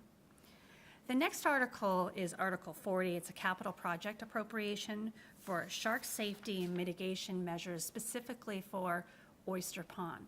I'm going to turn this over to our Director of Natural Resources, Dr. Bob Duncanson, for more details. Bob?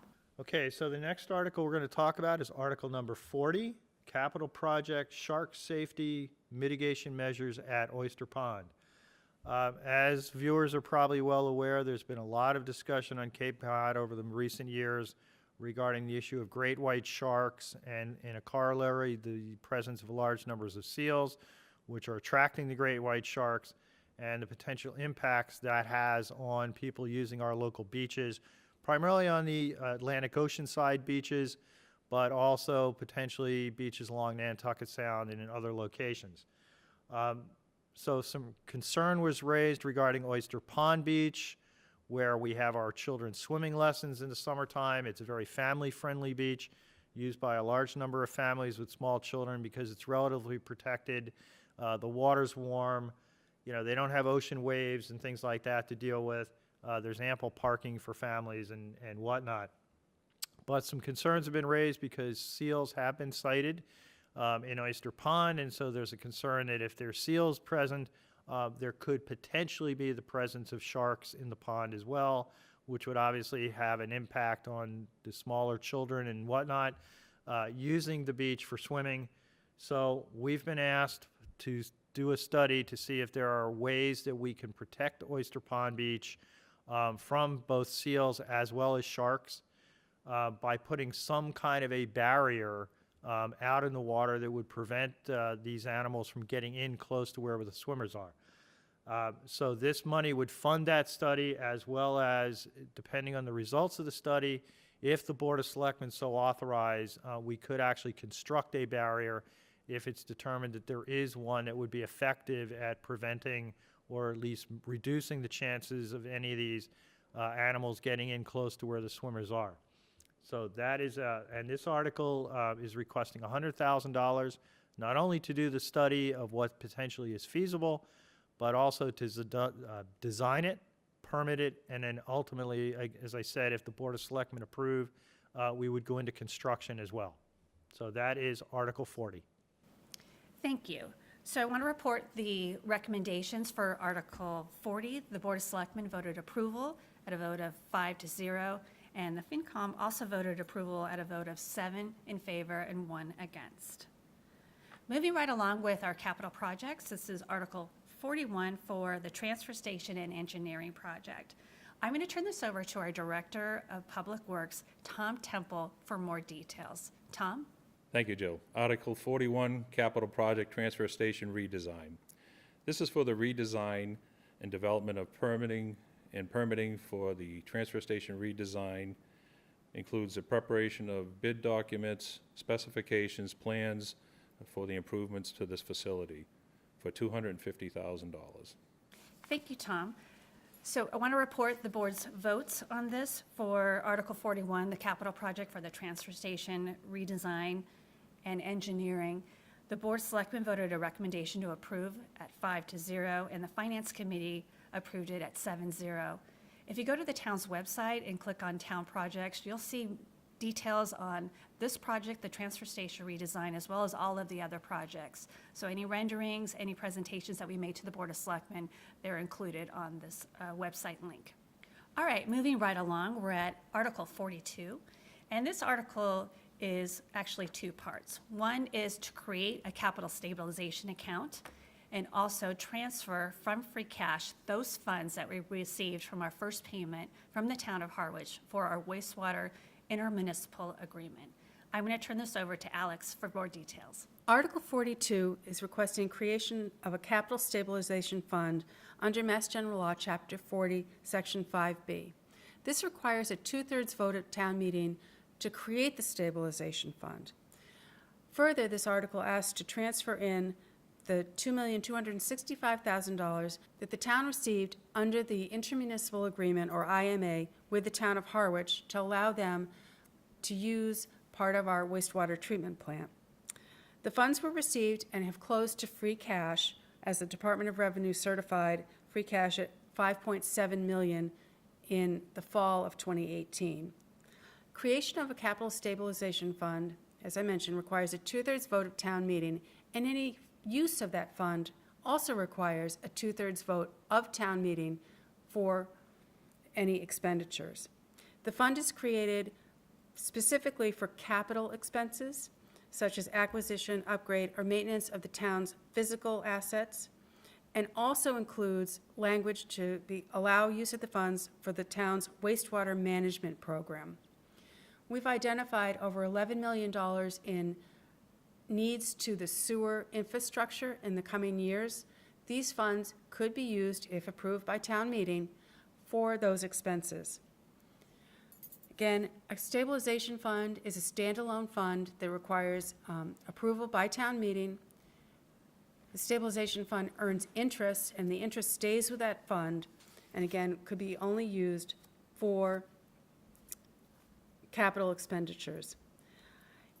Creation of capitalization fund would improve the town's reserve position, and bond rating agencies view this as a positive move.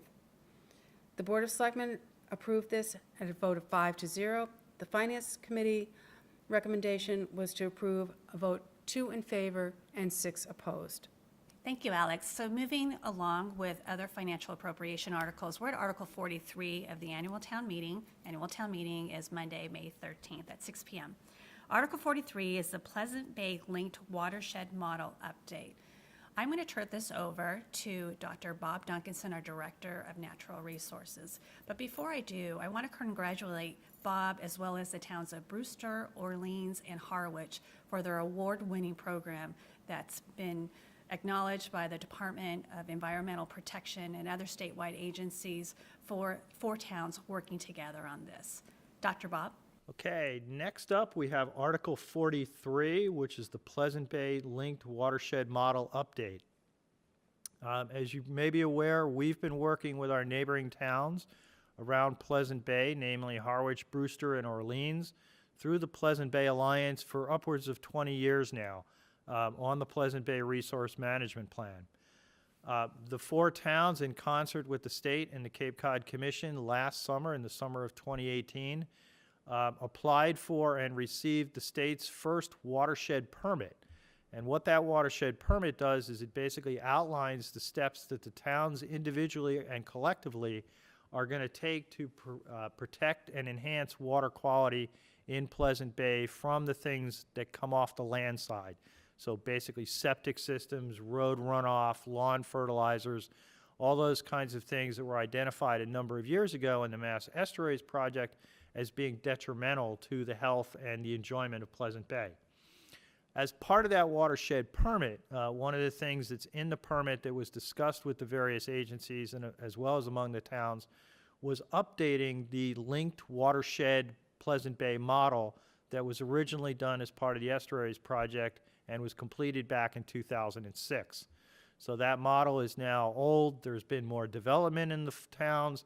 There's been changes in water use, changes in fertilizer usage, and all those kinds of things that provide the basis for the model. So the model needs to be updated to more current data and information. So as part of our watershed permit, the towns also received a grant from the EPA for the Southern New England Estuary Program, and we're going to use some of the funds in that grant program to help offset the cost of the model update. However, there is a match that has to be appropriated for that grant, and so all 4 towns have similar articles on their town meeting requesting appropriation of various amounts of money based on the size of the watershed that each town has.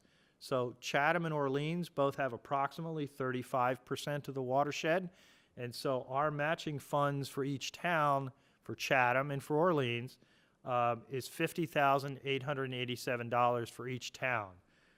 Brewster has a smaller portion at 12%. They're being asked to provide $17,000, and Harwich at roughly 18% of the watershed is being asked to provide $26,000. Those contributions or appropriations from the 4 towns will then be matched by $72,000 in grant funds to provide the money to bring the model update to fruition, along with the School of Marine Science and Technology at UMass Dartmouth, and then the towns would individually and collectively be able to use the updated model to refine their wastewater planning, to refine their fertilizer management, and other actions that the towns can take to mitigate the water quality issues in Pleasant Bay. Okay, so we're moving right along. We're at Article 44, and this relates to the Monomoy National Wildlife Refuge and continuing with our legislative efforts to seek a solution for the western boundary area under dispute.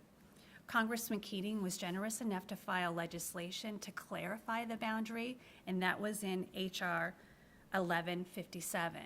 With the expiration of the legislative session, he has refiled legislation, H.R. 183, for our continued efforts to retain the western boundary. This is the area that is in submerged waters that we have contested, belongs to the Commonwealth under the management of the town and the Commonwealth in partnership. So funding for this is for our continued efforts to seek a legislative solution. The Mass Attorney General's office is contemplating litigation and has a few more years to decide whether they will file or not, but we're hoping to have a solution prior to that.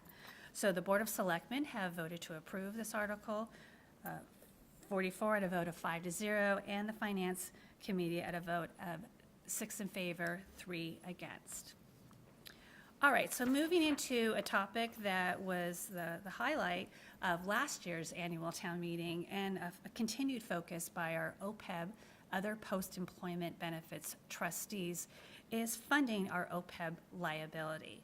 The first article is Article 45, which is a transfer to the OPEB trust. I'm going to turn this over to Alex for more information. Thank you. Article 45 is requesting $300,000 in funds that are available, which is $150,000 from free cash and $150,000 from overlay surplus, for a total of $300,000 to go into the OPEB trust fund.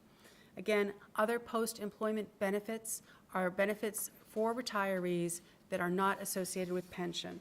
This is requesting $300,000 to go into the OPEB trust fund, which would put us balance in the fund at over $1 million. The Board of Selectmen voted recommendation to approve 5-0. The Finance Committee also voted to approve 7-0.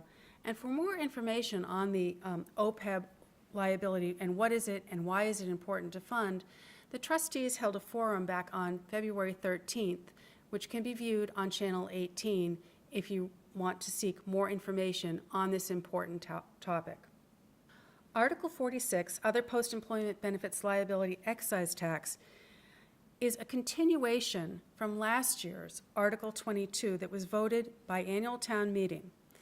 As you may recall, last year the town approved an article that would, upon expiration of the 3% surcharge on the land bank tax, to reallocate a portion of that, actually 1/2 of that, 1.5%, to the OPEB liability trust fund. Again, this would not take effect until the current 3% surcharge expires. This was signed in by the governor on January 9th, 2019. However, in order to effectuate the surcharge of 1.5%, again, after the expiration of the land bank surcharge, town meeting needs to vote this to approve that. It's expected that the 1.5% surcharge would raise about $500,000 each year to go into our OPEB liability trust fund, thus reducing our liability, which is currently at $17.2 million. Great, thank you, Alex. Now we're going to get into the Water Department capital budget appropriations. We have Articles 47 through 51 that we will go through that's actually paid by ratepayers. So the first one is Article 47, Water Capital, Water Mains. I'm going to send this over to our DPW Director, Tom Temple, for more details. Tom? Thank you, Jill. Article 47, Water Project, Water Mains. For the replacement of old or undersized water mains and public portions of the water services connected to these water mains, replacing lead, copper, and steel services within the right-of-way. The replacement of these mains also will conserve water by preventing waste through possible leaks or breaks for $1 million. Thank you, Tom. The Board of Selectmen for Article 47 voted to approve it 5-0, and the Finance Committee also voted approval 7-0. If capital Articles 47 through 51 are approved, they will have a remaining balance of $491,859 left in water revenue. Article 48, again, is a capital project for the Chatham-Harwich interconnection and design. I'm going to turn this over to DPW Director Tom Temple for more details. Thank you, Jill. Article 48, Water Capital, Chatham, Harwich interconnection. This is for the redesign of the Chatham-Harwich interconnection needed during critical periods when water supply is inadequate, during fires, problems with equipment, and/or contaminations. The redesign will eliminate the existing confined space and hazard and protect our health and safety of our workers for $175,000. Thank you, Tom. The Board of Selectmen voted to recommend approval 5-0, and Finance Committee voted recommendation at 7-0. That's for Article 48. Moving on to Article 49, this is a water capital article relating to the well number 3 structure improvements. I'm going to send this over to Tom Temple, our Director of Public Works, for more details. This article is directed towards the improvement of well number 3 building located at 2756 Main Street. It's for the replacement of the roof, windows, and exterior doors. The structure is in poor condition and was constructed in the 1960s for a total of $90,000. Thank you, Tom. The Board of Selectmen voted a recommendation for Article 49 approval 5-0, and the Finance Committee also voted a recommendation to approve 7-0. Moving along with the water capital projects, Article 50 relates to a hydraulic survey. I'm going to send this over to Tom Temple, our Director of Public Works, for more details. Tom? Thank you, Jill. Article 50, Water Capital Distribution Hydraulic Study.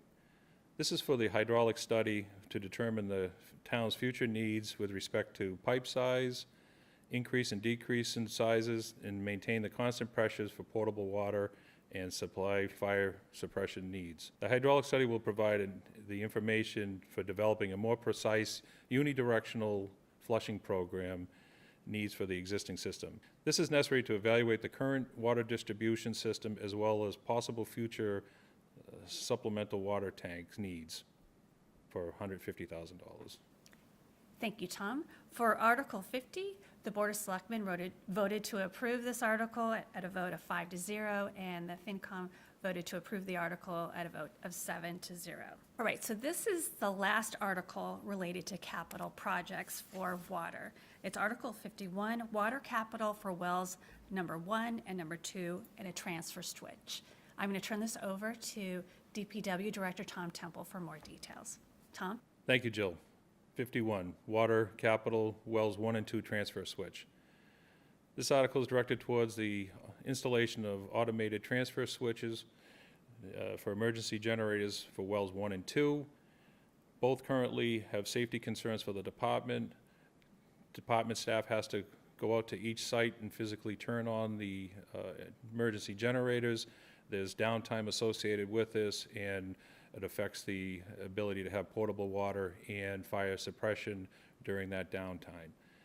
By installing these automated switches, it will eliminate that downtime and provide the necessary water that we need for $15,000.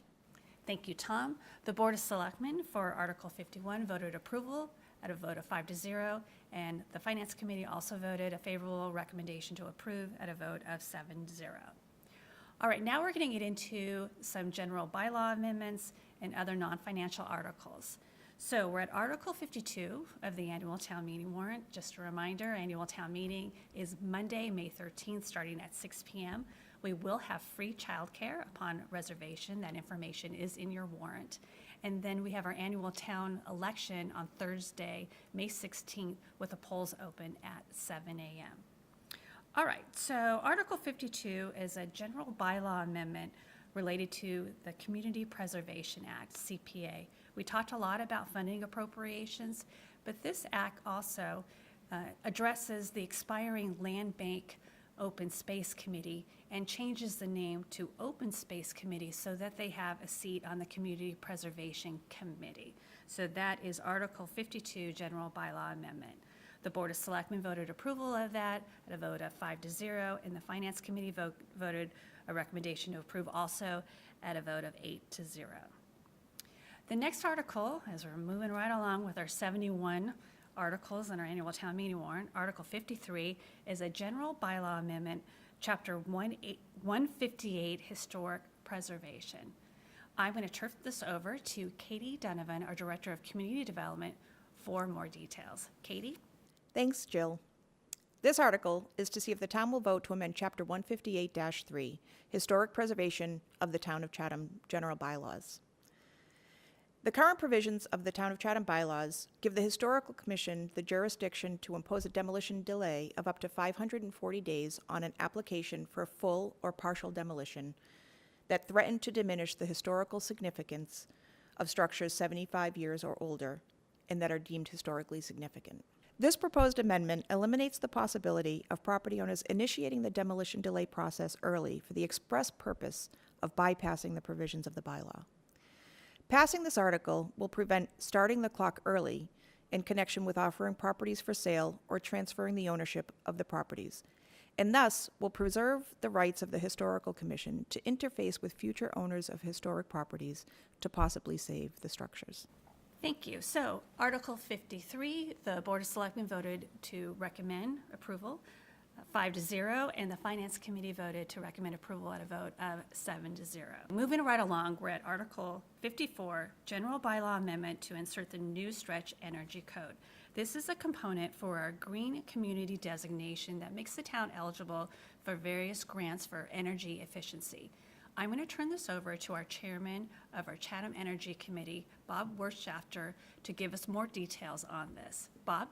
Thank you, Jill. My name is Bob Wirtschafter. I'm chairman of the Chatham Energy Committee, and I'm here to present the Energy Stretch Code for next month's warrant.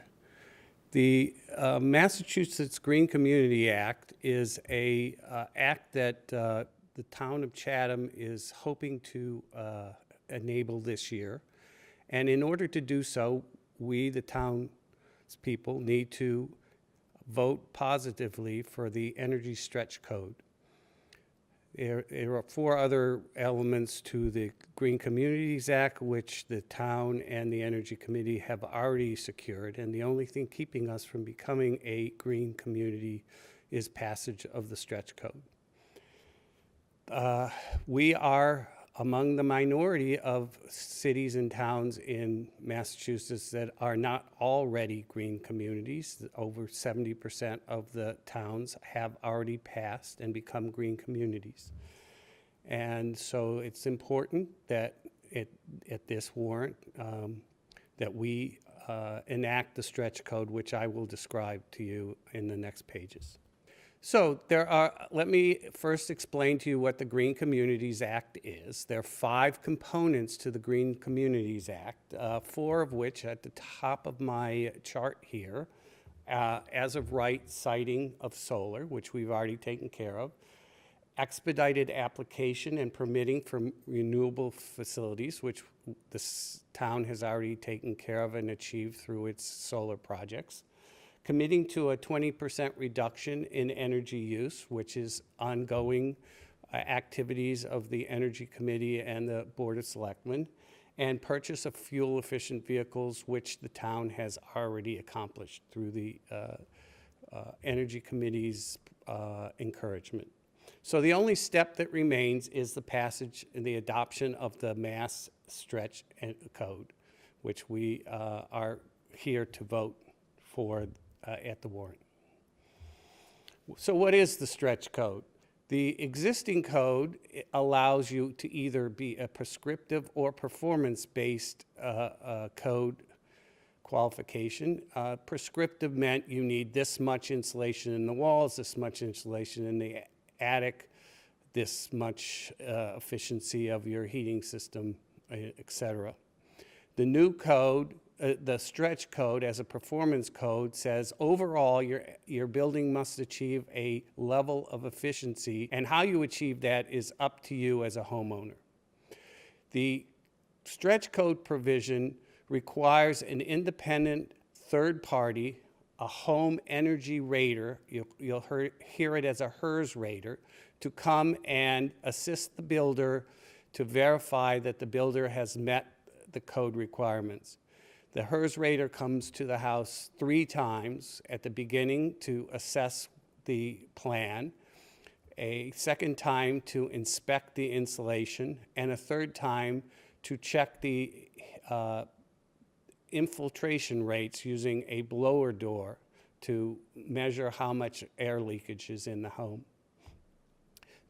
Those provisions are required in the new stretch code. Because most of the communities that surround us have already enacted the stretch code, most of the builders in the area are not only familiar with the stretch code, but are building most of their homes to that level already. And in fact, the energy requirements of the stretch code are not very different than what the typical home being built in Chatham right now achieves. Again, the only difference will be that you will need to get a HERS rater. Why are we pushing for this stretch code? Because there's some significant benefits for Chatham to become a green community. The first and most important is on acceptance as a green community. We will receive a minimum of $125,000 from the state for environmental and energy projects. It will also allow us to bid on grants for energy projects that we were previously not eligible to bid on. We wanted to be part of a electric charging station grant, but because we were not a green community, we were unable to bid on that grant.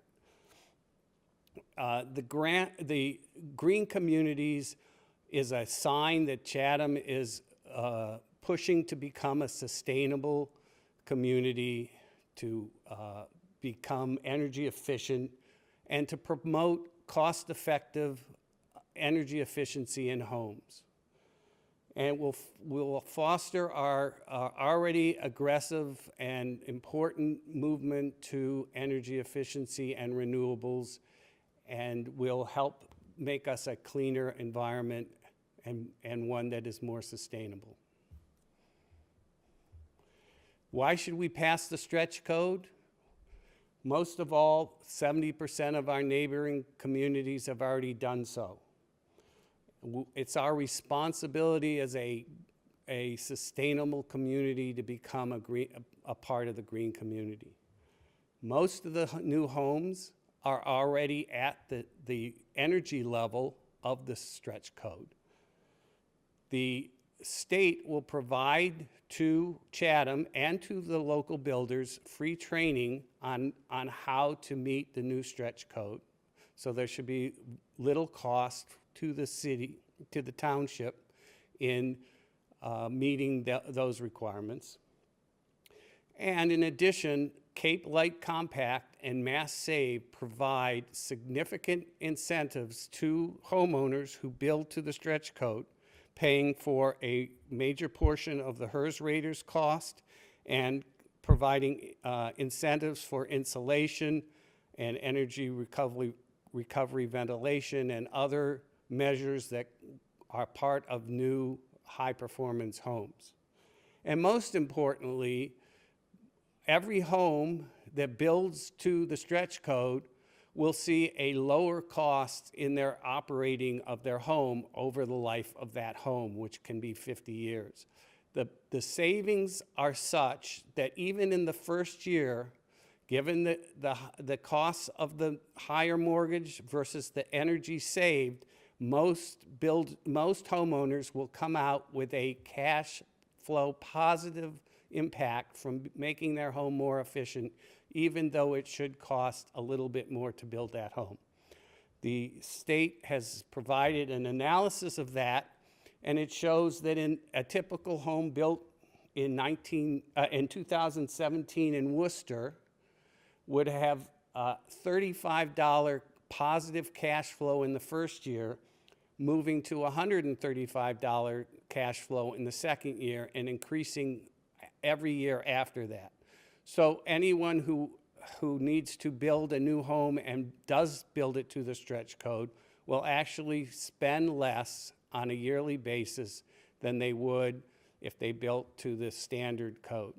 So we should encourage that homes be built at that level, and this warrant article is to pass the stretch code for the benefit of our new homeowners and new businesses, and a major benefit to the township becoming a green community, receiving those additional grants, and taking our rightful place as a sustainable community in the state of Massachusetts. Thank you. Thank you. So for Article 54, the Board of Selectmen voted to recommend approval at a vote of 5-0, and the Finance Committee voted to recommend approval at a vote of 7-0.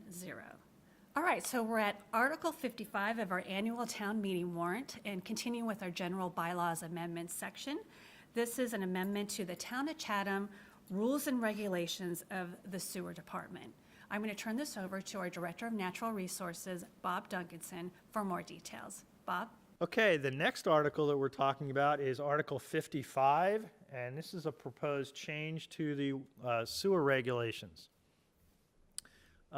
Right now, the way the sewer regulations are currently worded, any proposed changes have to be brought to town meeting for approval. And that's been the way the town has done it for the past many number of years. However, the entirety of the sewer regulations, which are roughly 60 pages, have not had a wholesale updating and review for a number of years. The Water and Sewer Advisory Committee, along with our wastewater consultants at GHD, have been dealing with that, have been undertaking a comprehensive update and review of the sewer regulations for about the past year to 18 months. There's been a lot of changes in technology, in materials and whatnot that weren't reflected in our sewer regulations. And so as we expand the sewer system and continue to move forward with the implementation of our comprehensive wastewater management plan, it was time to take a comprehensive look at the sewer regulations. So that has been done. The red line version of the new sewer regulations, so encompassing all the changes, is now about 90 pages long. And it's a lot of technical information, the sizes of pipes, the material of pipes, where manholes have to be located, the size of pump stations and pumps and all that ancillary equipment and material that goes into making a sewer system operate and function appropriately and cleanly and environmentally and in a way that serves our customers, you as residents. And so rather than bring all that information back to town meeting, this article proposes to make a change in the sewer regulations that would vest the authority to make changes to the sewer regulations with the Water and Sewer Commissioners. The Water and Sewer Commissioners for the town of Chatham by charter are the Board of Selectmen. So any changes to the sewer regulations, including the comprehensive review that we're talking about here, would be brought to the Water and Sewer Commissioners following a review and recommendation by the Water and Sewer Advisory Committee.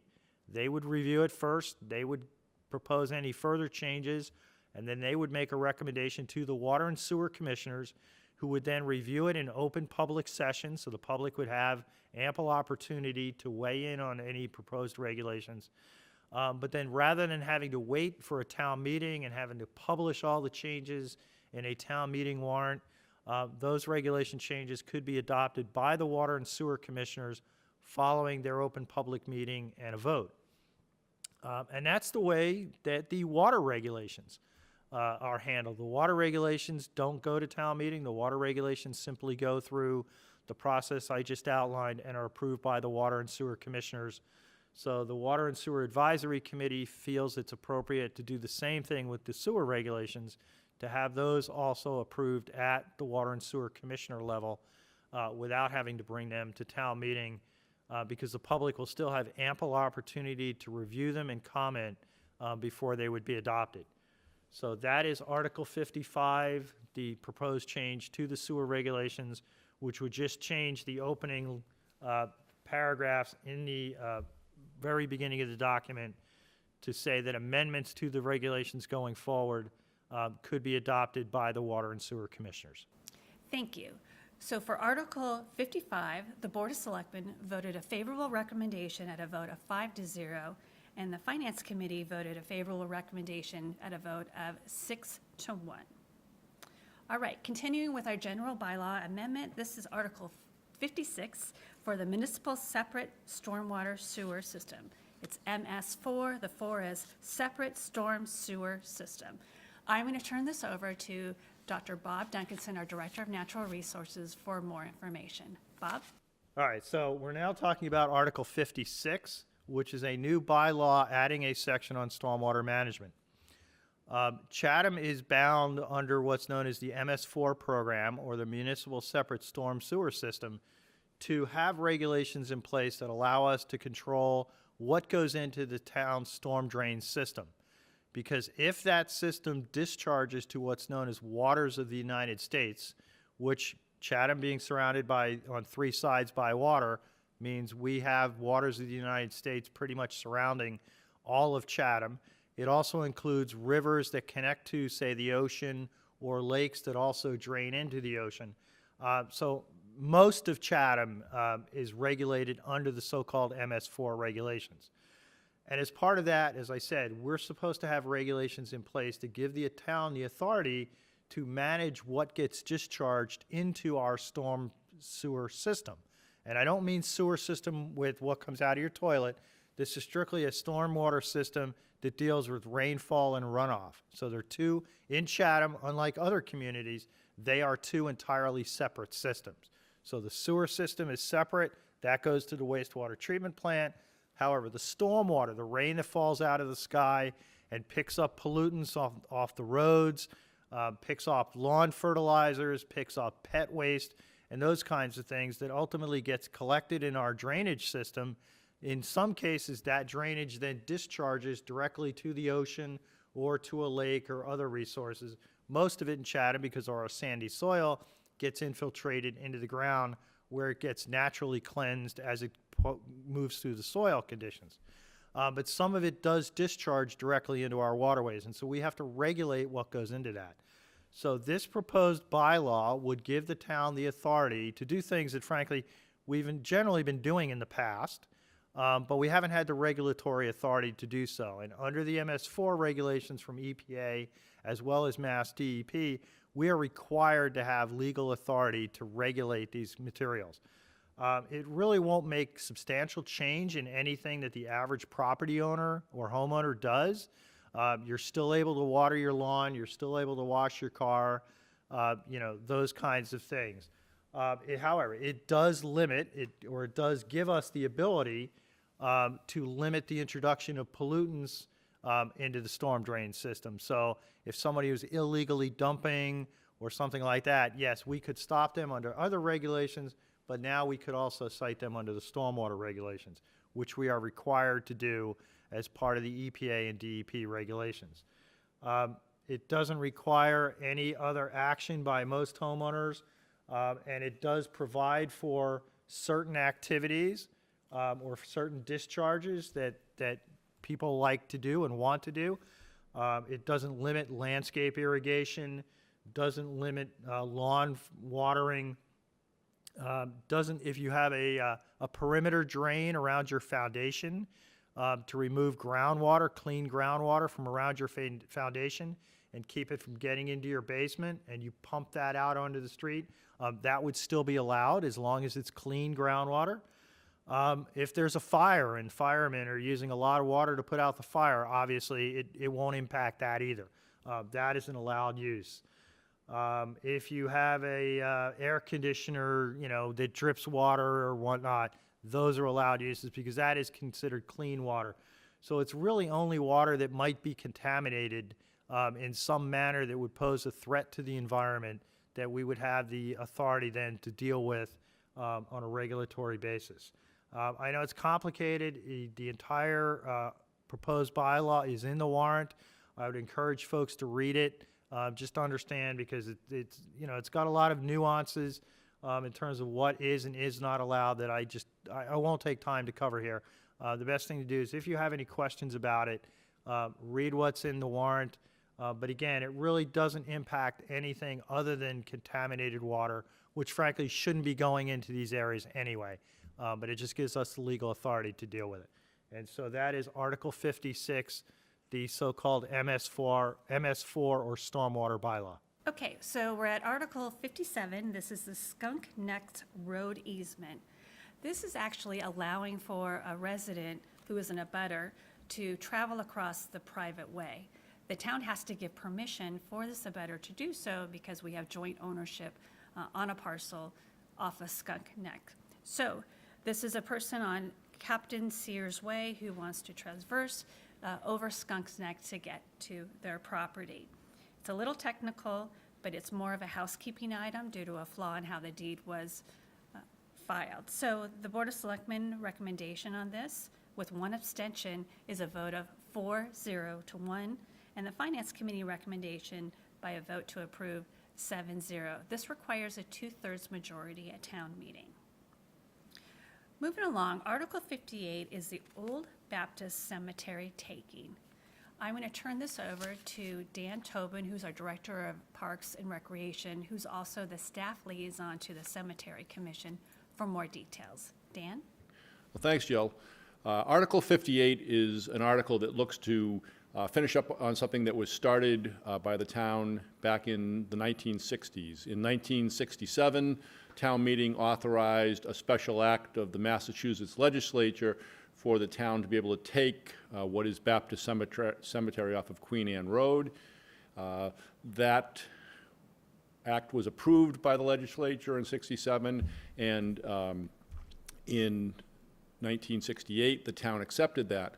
Unfortunately, the follow-up work was never done by the town after that point, and so there's still a need for a deed for this particular parcel of land.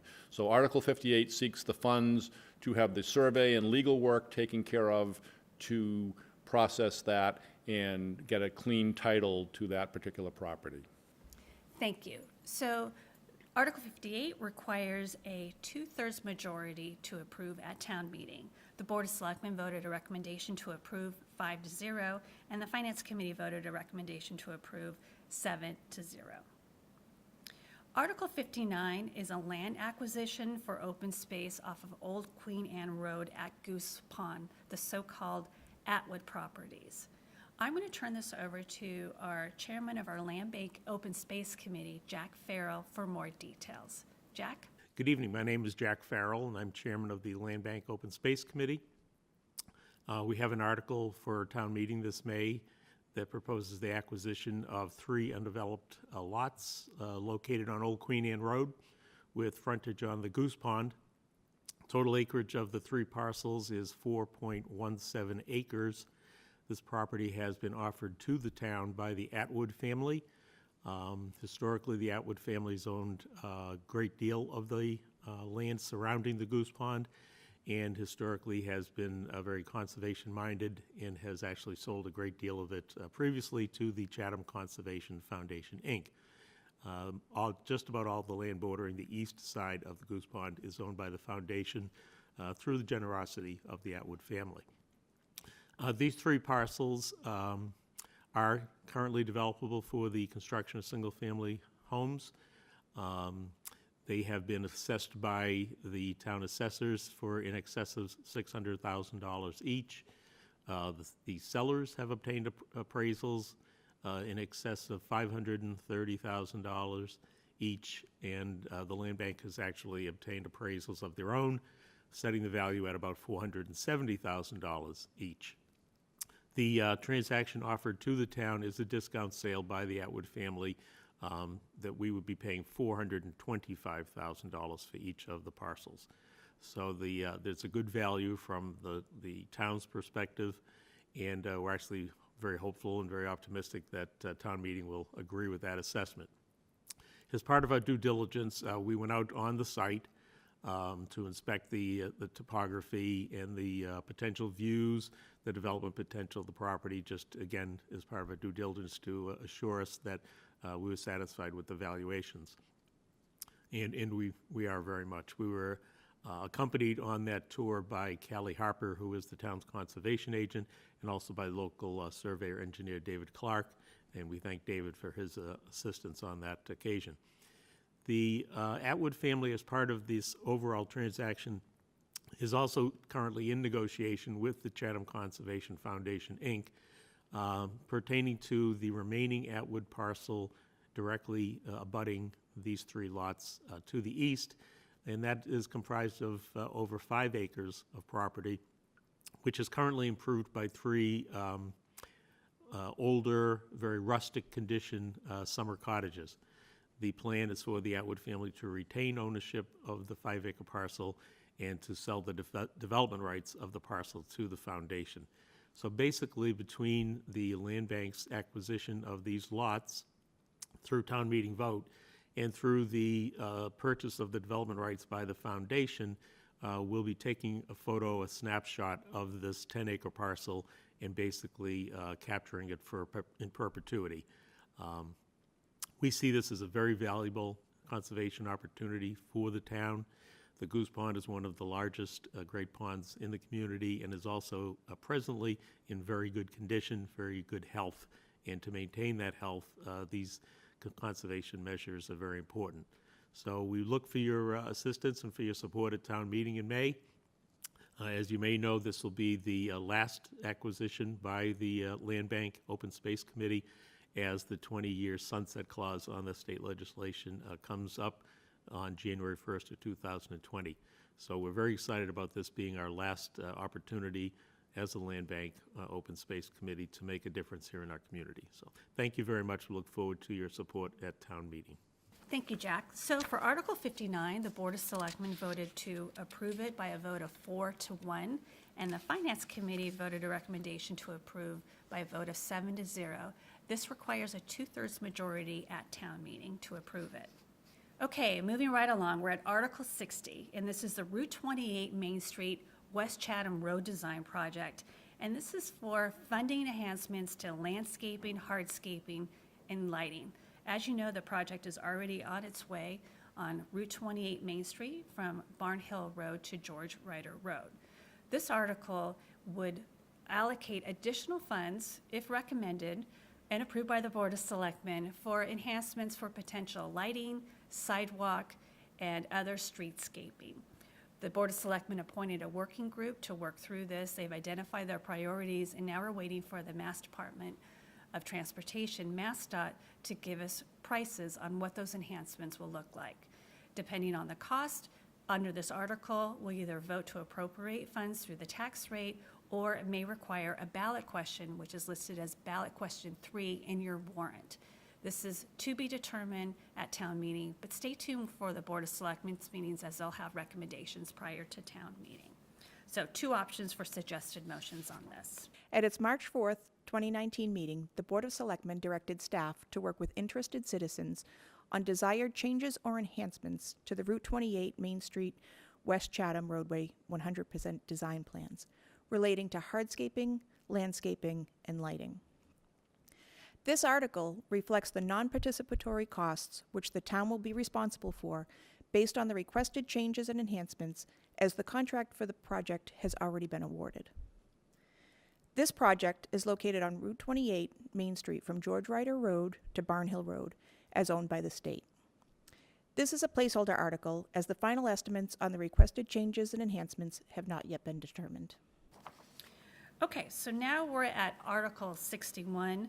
This is the acceptance of public ways, Battlefield Road, Cedar Street, Champlain Road, Port Fortune Lane, Sears Road, Stage Harbor Road, and Stage Neck Road.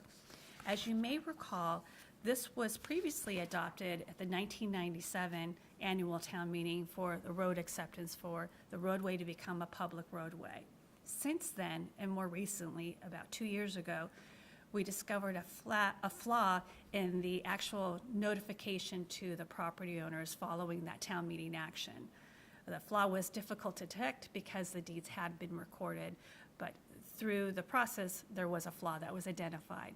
This article requires action of the board to accept the roads as they are laid out with revised plans that are available in the town clerk's office and at the various town departments. Details of the layouts, including the road layout, which is essentially the pavement and easements that go a little beyond that for managing and maintenance of utilities. This is a subject of a public information meeting that was held on Thursday, April 4th. A lot of details to go over, but essentially the April 4th meeting kicked off the process. And then on April 22nd, the Board of Selectmen considered the actual layout through a layout hearing. More to come as you watch the Selectmen's meetings, depending on when this actually gets aired. And again, this is Article 61 that requires a 2/3 majority. The Board of Selectmen voted to approve it at a vote of 5-0, and the Finance Committee had not considered it at the time of the printing of the warrant, so they'll make their recommendations at town meeting. Okay, so we're moving right along. We're at Article 62 of our 71 article annual town meeting warrant. As a reminder, town meeting is Monday, May 13th, beginning at 6 p.m. at the Monomoy Regional Middle School. And we do have free childcare available upon reservation. Check out your warrant for details on that. All right, Article 62 is a home rule petition for prevailing wage exemption. And this requires the town to file a special act. This is actually our third attempt.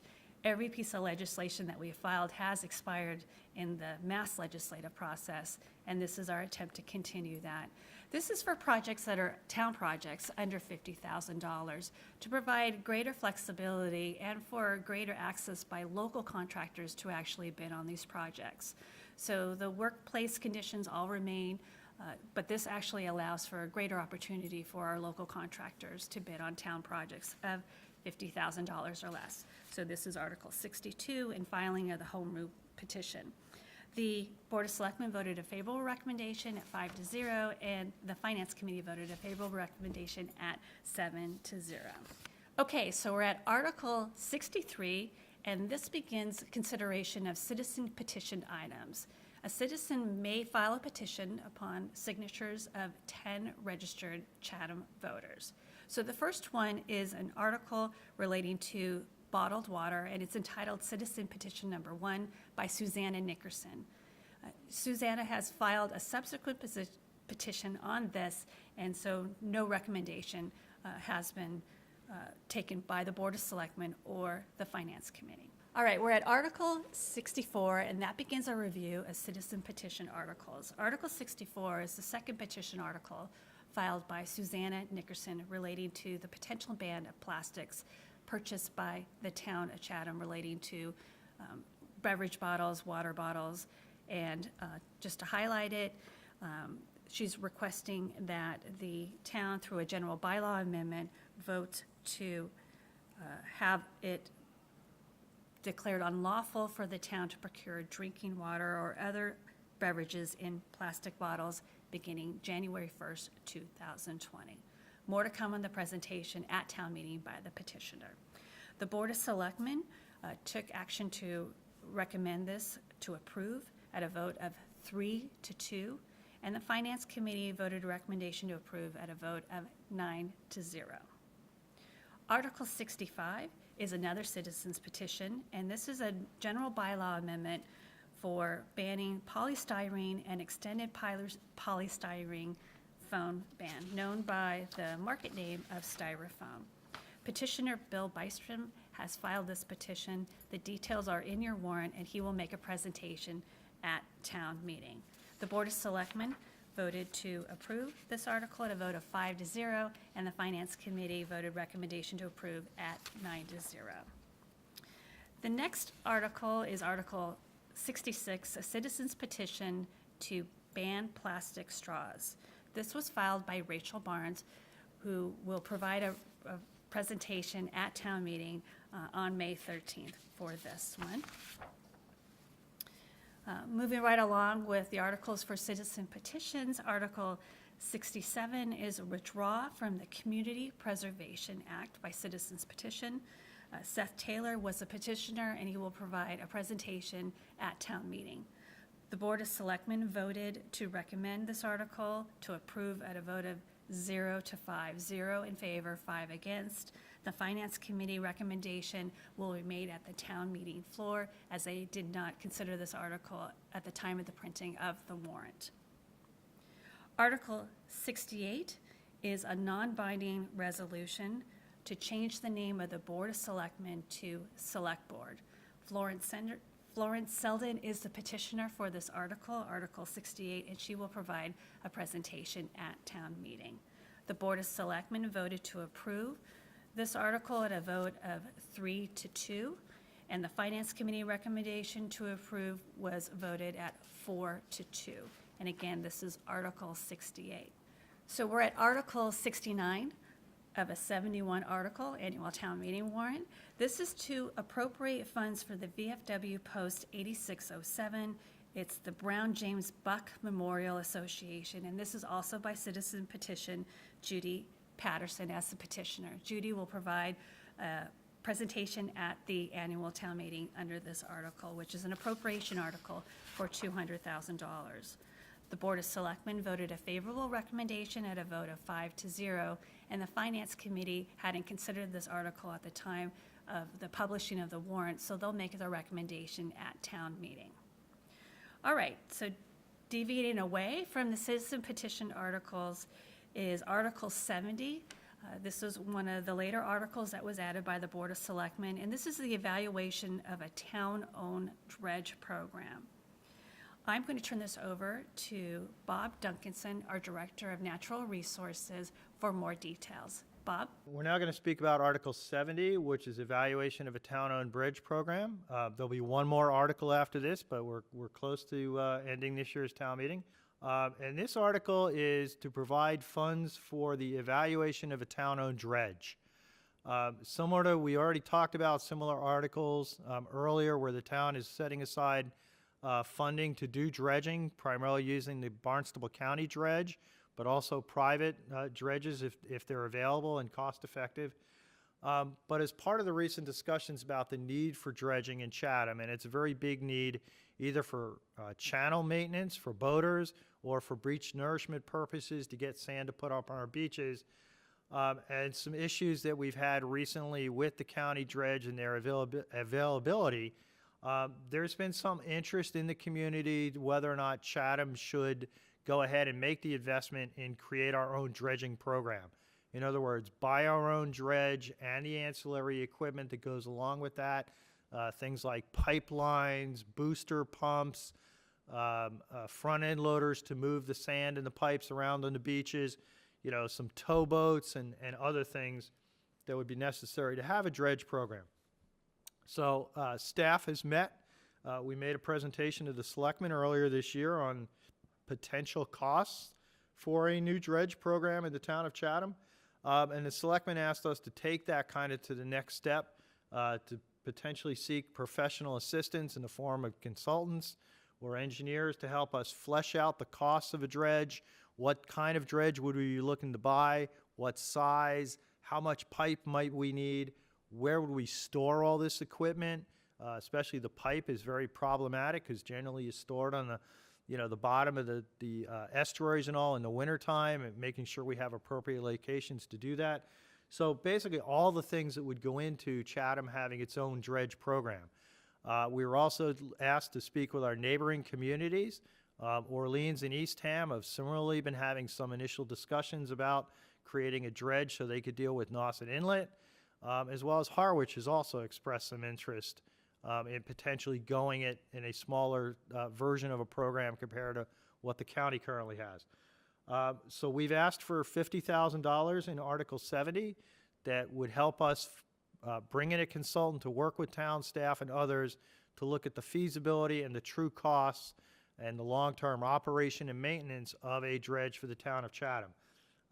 We're not necessarily committed to spending the full $50,000. Hopefully we can bring in the expertise that we need to do it for significantly less than that, but we wanted to make sure that once we got into it, if other issues came up financing or things like that, and we had to bring in other experts in those areas, that we had the funding to do it without having to come back to you, the voters, at town meeting.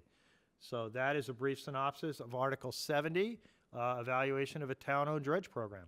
Thank you, Bob. The Board of Selectmen voted a recommendation to approve at a vote of 5-0, and the Finance Committee voted a recommendation of a vote of 6-2, 6 in favor, 2 members opposing. The last article on our annual town meeting warrant is Article 71, and it is a citizen's petition to establish a commission to assess the Massachusetts state flag. Suzanne Trask is a petitioner on this article, and she will be present at town meeting to provide a presentation on this.